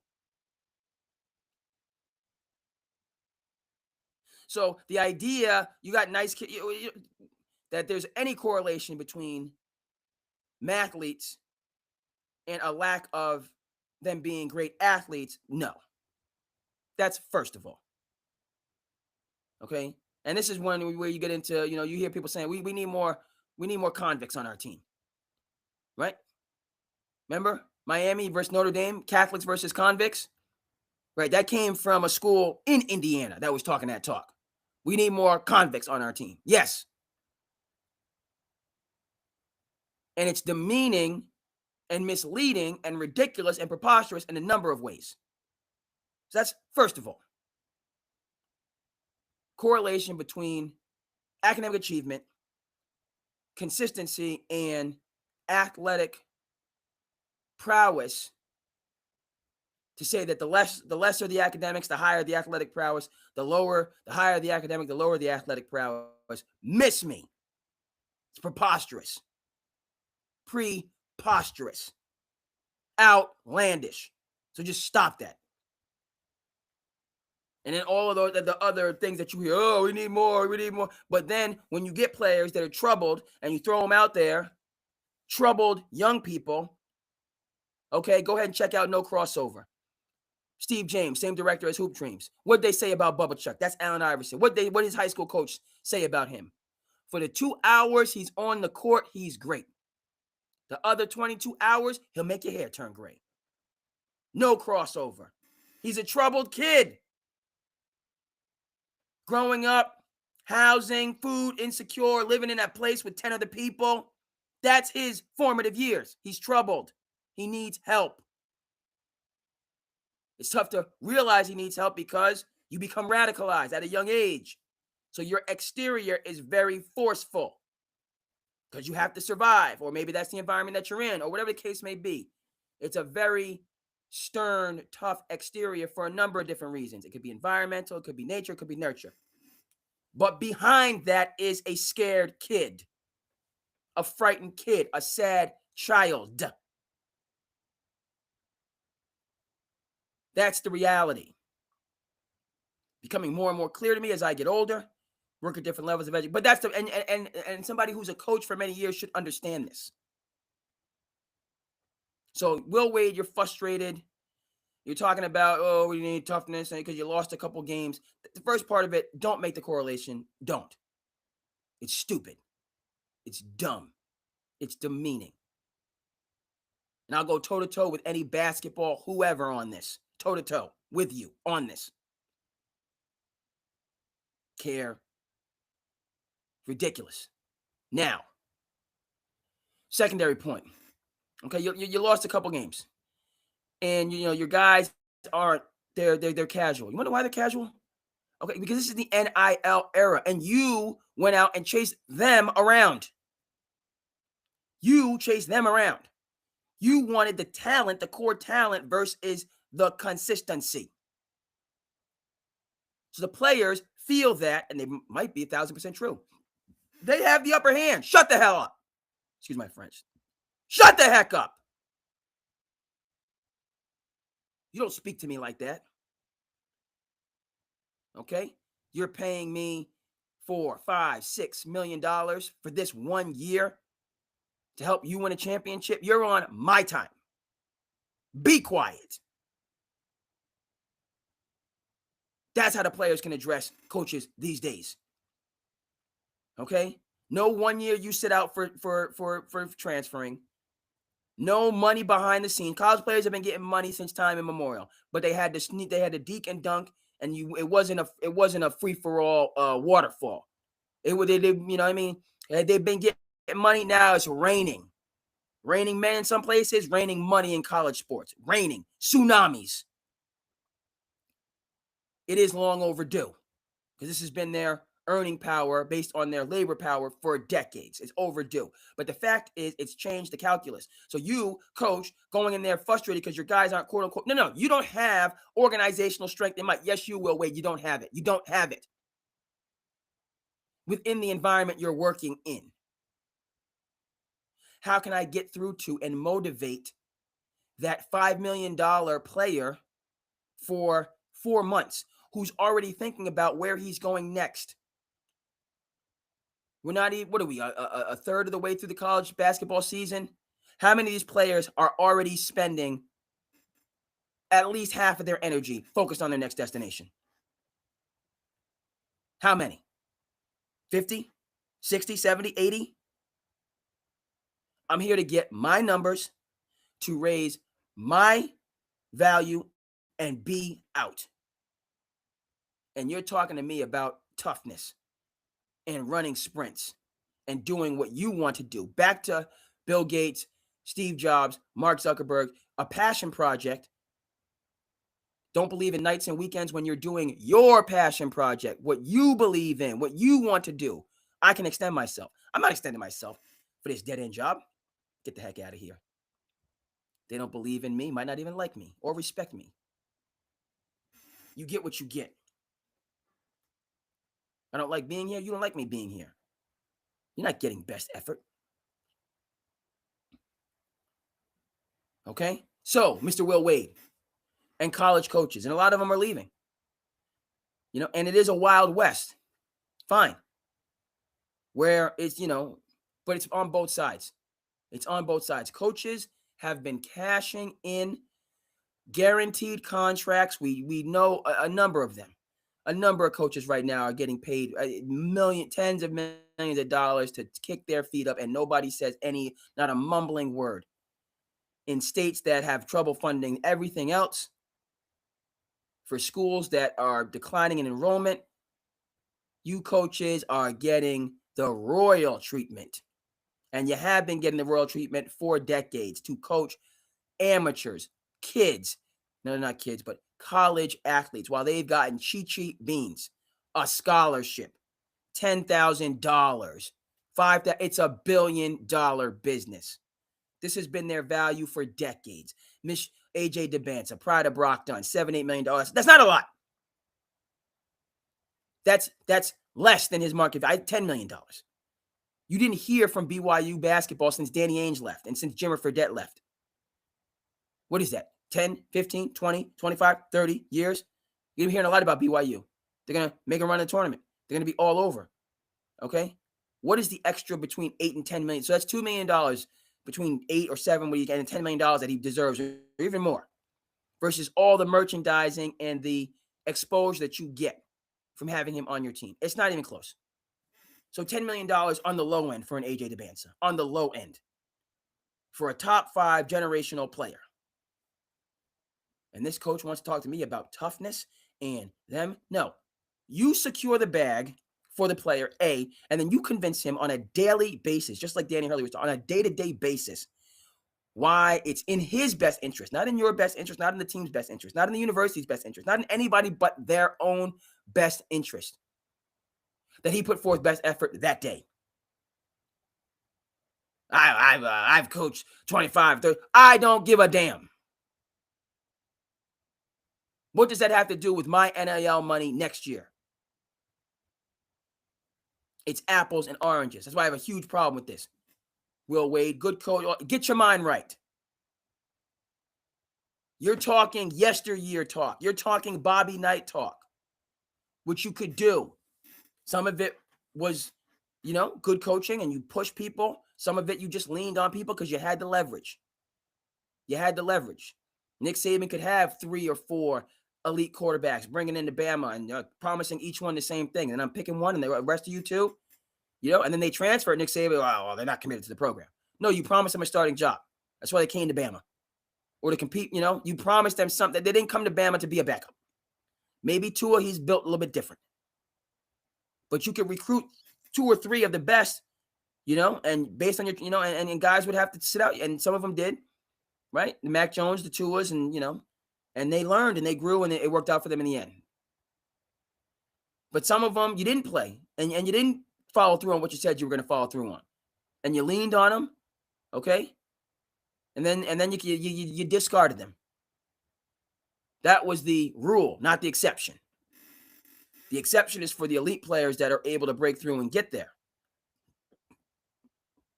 For the not-so-elite players, i.e. Wardell, Stephen Curry, you gave them nothing. Virginia Tech, you can redshirt. We got no time for you. Wardell, what's your name? Wardell? Not explosive. Matter of fact, he's the poster child for the athlete that Will Wade is talking about. Wardell. You're talking about Wardell, Mr. Wade. That's who you're talking about. High GPA, nice kid. Okay, not throwing his, starting food fights in the cafeteria. Not coming in the locker room with bad body language because he didn't get all the shots or the minutes that he deserved. You're talking about the Wardells of the world. And how's that working out for Wardell at Davidson? Yeah, had his first year. Oh, Virginia Tech. Hey, we need you, man. We need you, bro. They came calling. Wardell, it's your boy, Virginia Tech coach. How you doing? They came crawling like Mickey came to Rocky's house when he got that Apollo fight. That's how they was. Shout out to that scene, one of the great scenes in a great movie. Shout out to Sylvester Stallone who wrote that script. They came crawling back to Wardell after. He said, I'm good, man. I'm good. I haven't changed. You changed. I'm the same that I was last year when y'all put your hand in my face. Y'all gave me this. Y'all gave me speak to the hand. That's how y'all did Wardell. Stephon Curry. You gave him speak to the hand because he had a high GPA. He wasn't tough. He was that tough. Ridiculous, man. Stop it. Stop it, Will. I'm coming at you. You're a good coach. Stop it. Okay? Because you're talking from a different era. The Bobby Knights of the world, great coach. R.I.P. Bobby Knight. All right? That era is done. It's over. Unless you, coach, can recruit players that are willing to run through a wall for you. You want toughness and guys to do, then you got to find that player that loves you in this era of NIL where people, now never mind them wanting to be out. Every game they're getting texts from these different quote unquote agents with these ridiculous NIL fees up to 50%. Okay. So they're doing it for their self-interest. I can get you, but I'm getting you more so I can take more. You're not getting as much because I'm taking half. Whereas in NBA, it's 10%. It may be more like 4 or 5. They're getting 50% in college. Highway robbery. So that's why they're calling these kids, hey, how was your practice? The coach yell at you? He don't value you. I mean, I got this coach over here, bro. He ready to secure a bag. Let's go. Let's get it. Every game, every practice, that's what they're getting. Was that the way it was with Bobby Knight? Okay, then. So this whole thing about, and I see other coaches, Mick Cronin is, similar, I miss me with it. Miss me with it. John Shire suspended some kids. Good. Suspend them, and but it's a fine line and everybody, and you all know it because the players have the leverage or else you wouldn't have started in the first place. Rick Pitino, we had I'm not recruiting any high school kids. It's all transfers. I'm not even looking at an 18-year-old, not even looking. So it's all mercenaries on the high seas of college athletics. So you expecting loyalty from a mercenary. Oh my, end of story.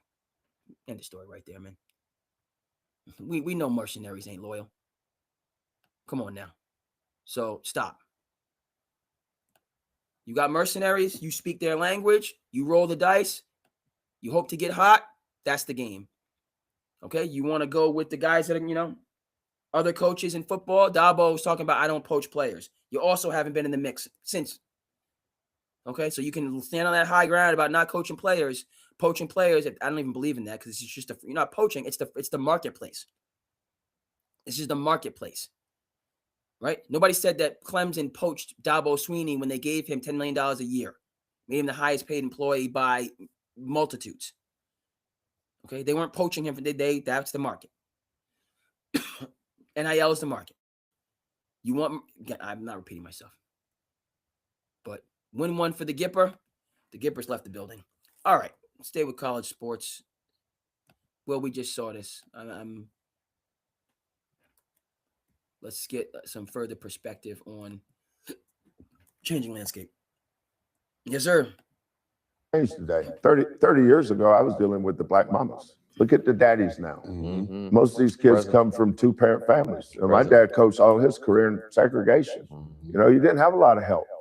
Now, it was the mamas with 4 babies or 4 kids struggling to pay rent, and the AAU coach grabbed the kid and made all the decisions. You know, some of it was to his benefit. But now, the black fathers are heavily involved, and the black mother, and they're successful. So I've seen that scale go up and down so much, and that's why I think a lot of these kids choose the schools they choose because they're looking for discipline. They're looking for, and enough of those haven't been talked about. They're making the right choice and they're benefiting from it. And say it again. Today. 30 years ago, I was dealing with the black mamas. Look at the daddies now. Most of these kids come from two-parent families. And my dad coached all his career in segregation. You know, you didn't have a lot of help. Now, it was the mamas with 4 babies or 4 kids struggling to pay rent, and the AAU coach grabbed the kid and made all the decisions. You know, some of it was to his benefit. But now, the black fathers are heavily involved, and the black mother, and they're successful. So I've seen that scale go up and down so much, and that's why I think a lot of these kids choose the schools they choose because they're looking for discipline. They're looking for, and enough of those haven't been talked about. They're making the right choice and they're benefiting from it. And things change. Speak it now. And this ain't one coach versus another. I'm a Kelvin Sampson's guy. You know, I was pulling for him last year. Had him, you know, they was close to the natty. They didn't execute, but not one against another, you know, and I will Wade, you're a good coach, you know your business, you know, but on this kind of philosophically, and they're really kind of talking, you know, because Wade is frustrated with his team and they're not responding to a certain style, which is past, is prologue.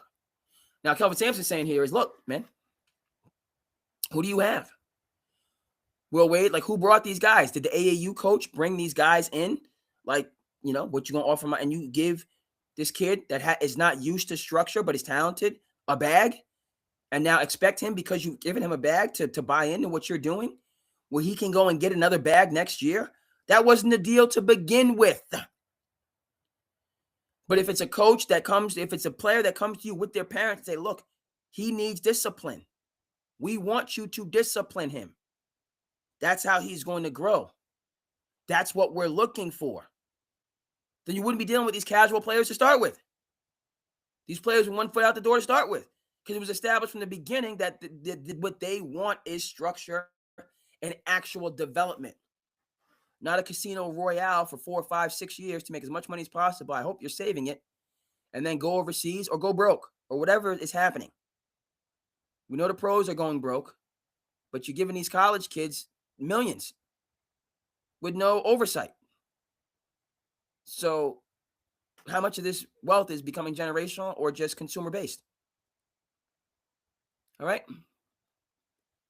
So spot on. And the textbook example of what he's talking about in bold and we'll put this, is AJ DeBansa, Pride of Brockton. Okay. I'm telling you, I got to show you, though. I got to show you. We're going to come back to Slice of Life. I know. I have to show you because we're going to do this in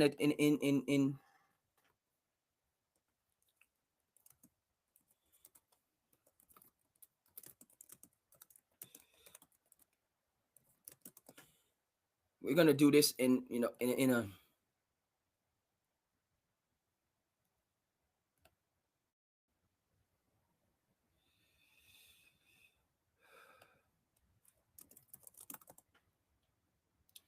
we're gonna make this clear and from a T. Yes, sir. Yes, sir. Shout out to Kelly. He put us on. You know what I mean? We know in the site, Sand City. We here, baby. School vacation, Friday. You know what I mean? We in the building, Sand City, all day, every day. Let's go. Okay, I can't hold on, because first I gotta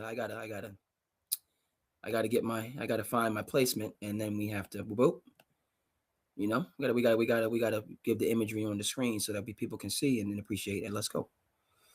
Let's go. Where we at now? Where we at?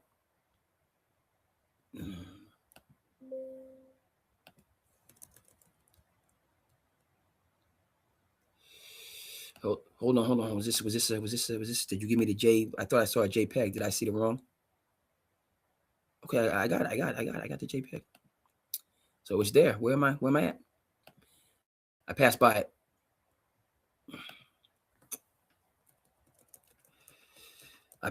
it. It's there.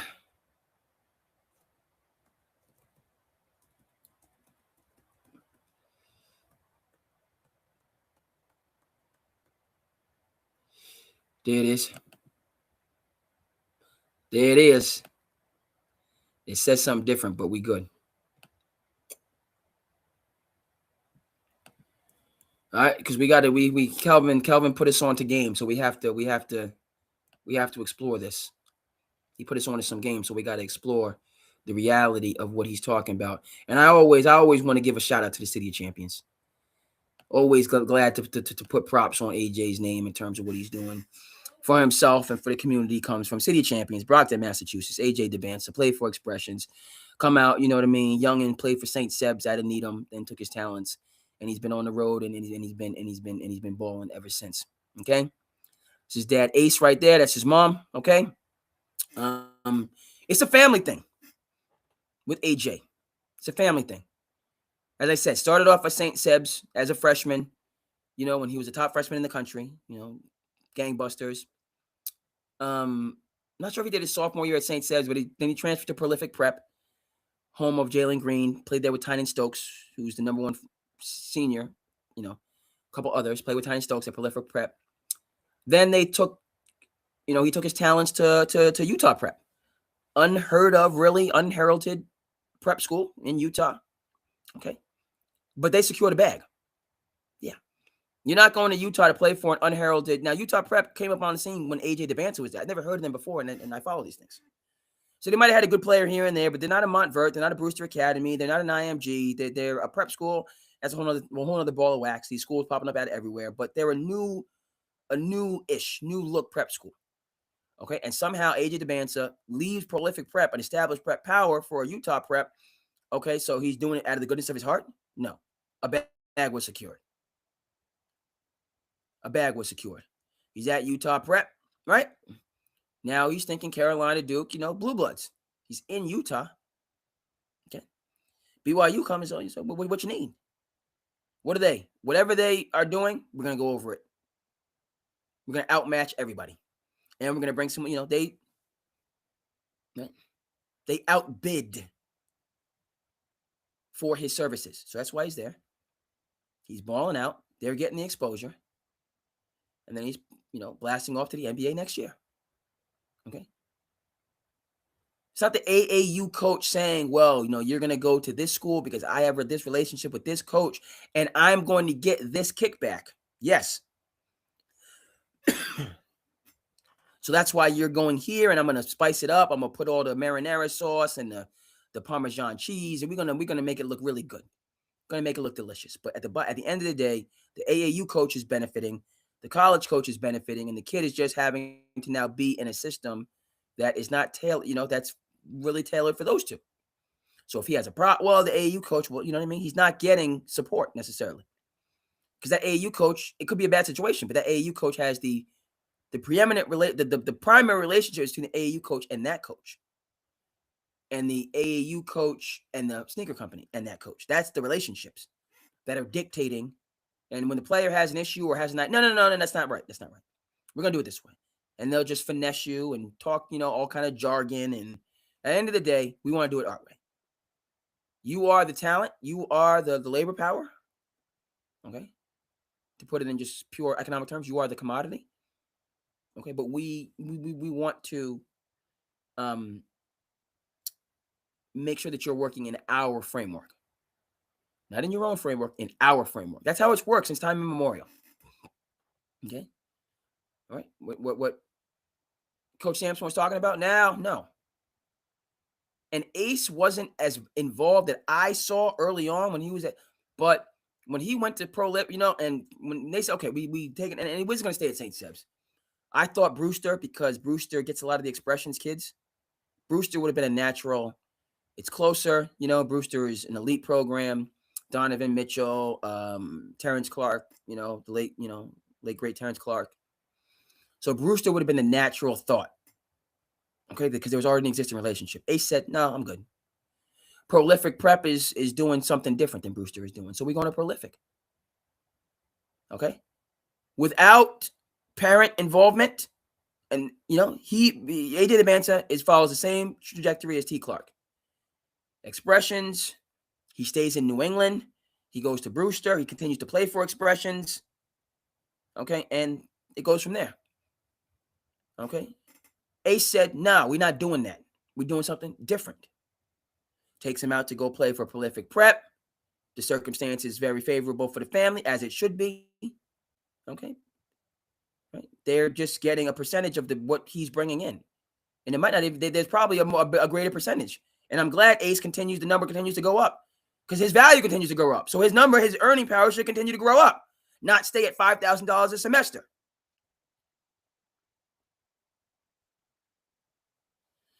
Right? So he goes to Prolific. Okay, y'all. Okay, it's good here playing with Tynan Stokes on the NBA trajectory. And somehow Utah Prep came through and offered a better deal. We out. I said, are you matching? Are you matching this deal?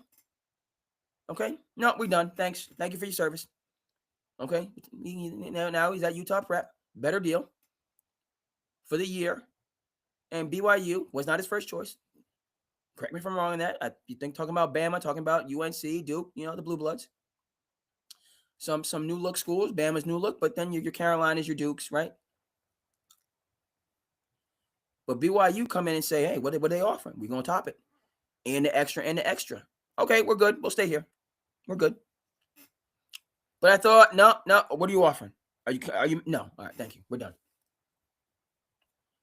Okay. You're not dictating. Okay. I, parent, mom, dad, speaking the same level or higher. You're not going to finesse me with some jargon, with charts and data and, oohs and ahs and mixtape videos, and forget that. Bottom line, what are we getting? Okay. What are we benefiting from this?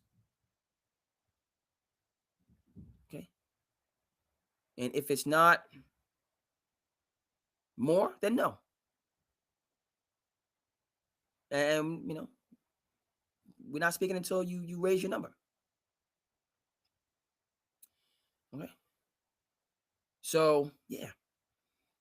What did USC have to do to get Lincoln Riley? Okay. Oklahoma, he was already doing, USC said that you got the private jet. Unlimited. Okay.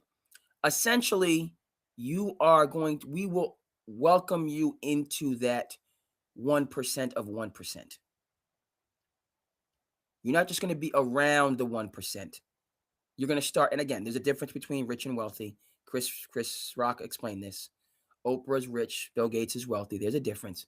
But you're going to start seeing and experiencing what the 1% do. You're going to come into our world. Okay, private jet everywhere. You don't, commercial, don't even use that word. It doesn't apply to you anymore. Okay? You fly charter everywhere. Right? Okay, that $10,000, if that's nothing. That's cost is assumed. Okay, it's millions of dollars in gas. It's assumed. You're good. We find a way, and you're good. Designer this, designer that. You stay at the best. You know what I mean? You become a part of the 1%. Okay. Now, right? There's still right. Wealth is challenging, just like anything else is challenging. But we're not going to take, still be a part of the proletariat while you guys are part of the 1%, and we are the labor power. Not doing that. So shout out to AJ Debanza. Shout out to strong families navigating the process. And coaches, if you got a problem with it, hey, either make them a better deal or develop better players. Done. Okay, we're gonna stay in college. Rapid. That first year when I was playing, we were probably a favorite to win a championship all year long. And then we just ran into a North Carolina zone to go to the Final Four that just caught us by surprise. And some great players, obviously great coaches and great program. So after the game, of course, we were devastated beyond belief. And Coach Pitino was not happy with us. And he chose to take that as a sealing moment in our minds forever. And so we stayed in the locker room after the game. We watched the entire game film. To me, the way I recall it is we watched the whole film in uniforms, unchanged, and did a breakdown of the whole game in the locker room. And the way I remember it is we finished exhausted, just despondent. And I think we kind of felt like it was finally over. And then I'm pretty sure that Coach put the film back in and we did it again. Wow. But that was the vibe. And then we stayed there overnight. And the next morning, Coach had individual meetings with each of us. And with each of us, it was truth telling. You know, we say this all the time. We say that the people that care about themselves tell you what you want to hear. The people that care about you tell you the truth. And Coach used it as the beginning of what the next year was just an unprecedented year where we finally got to the promised land and got to play in front of you in a national championship game. That first year where I was playing, we were probably a favorite to some truth telling all year long. Yep. And then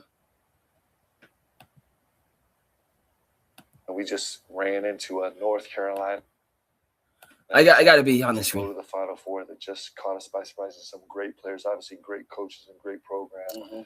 So after the game, of course, we were devastated beyond belief, and Coach Pitino was not happy with us, and he chose to take that as a sealing moment in our minds forever.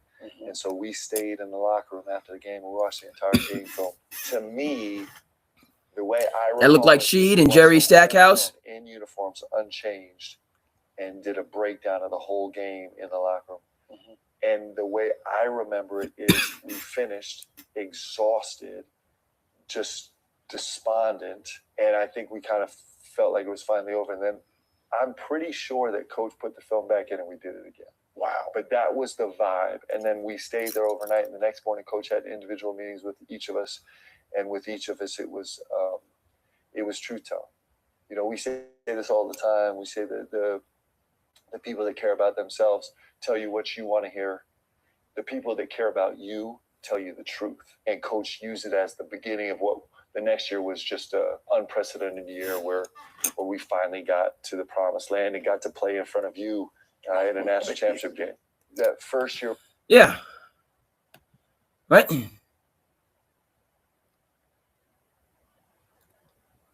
Production. This guy over here is getting late, right?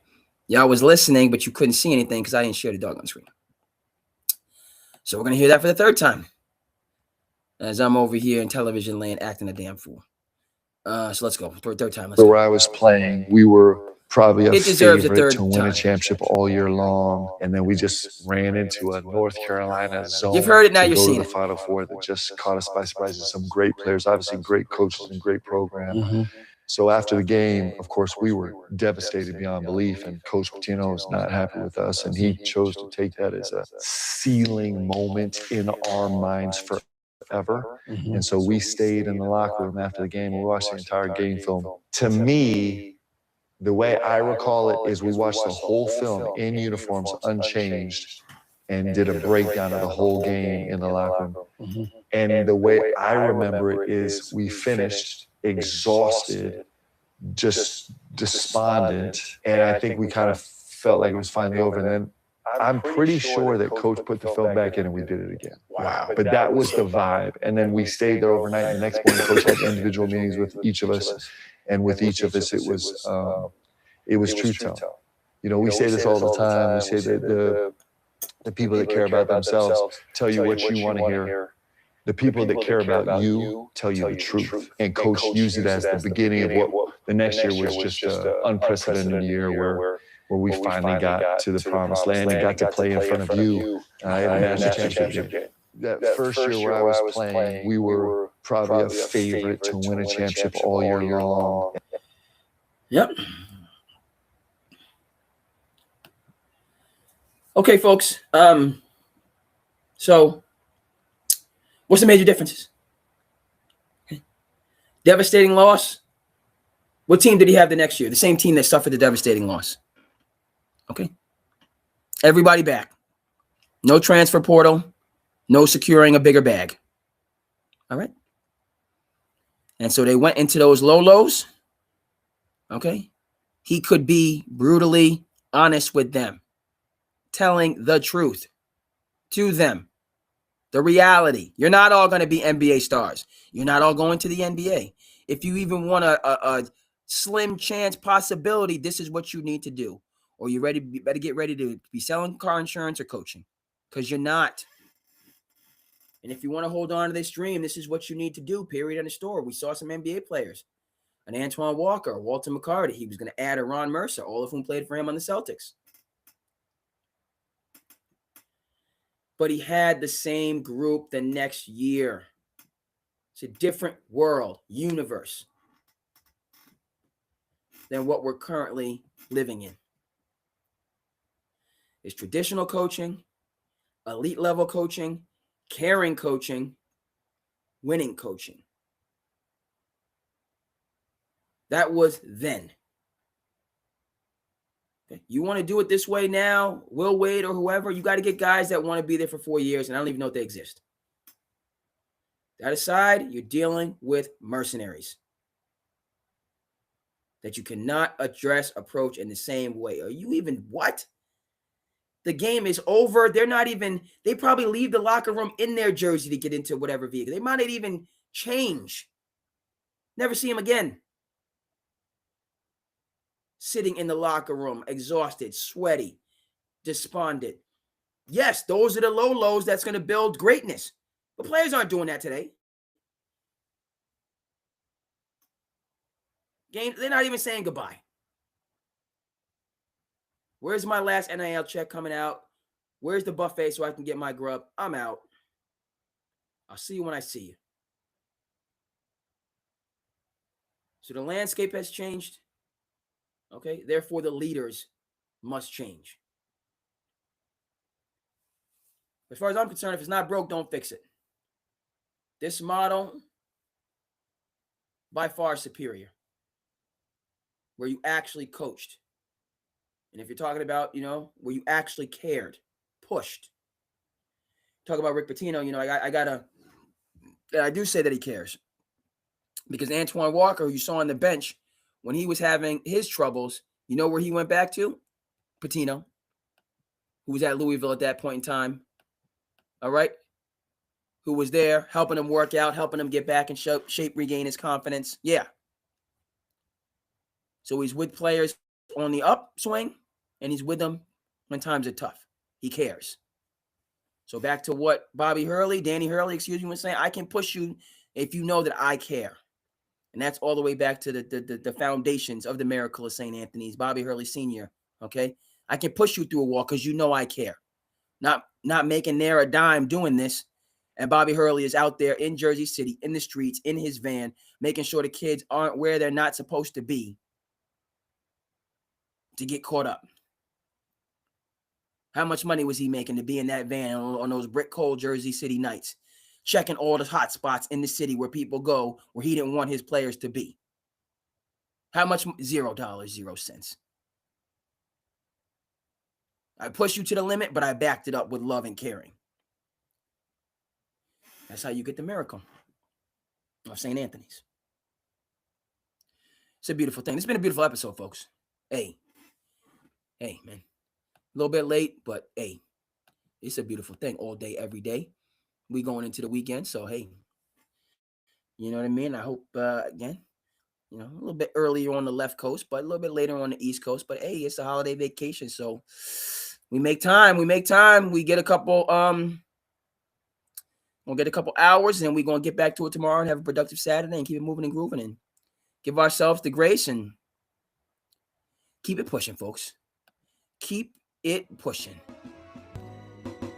But yes, sir, we come to the end of this episode. Hey! Say it, City.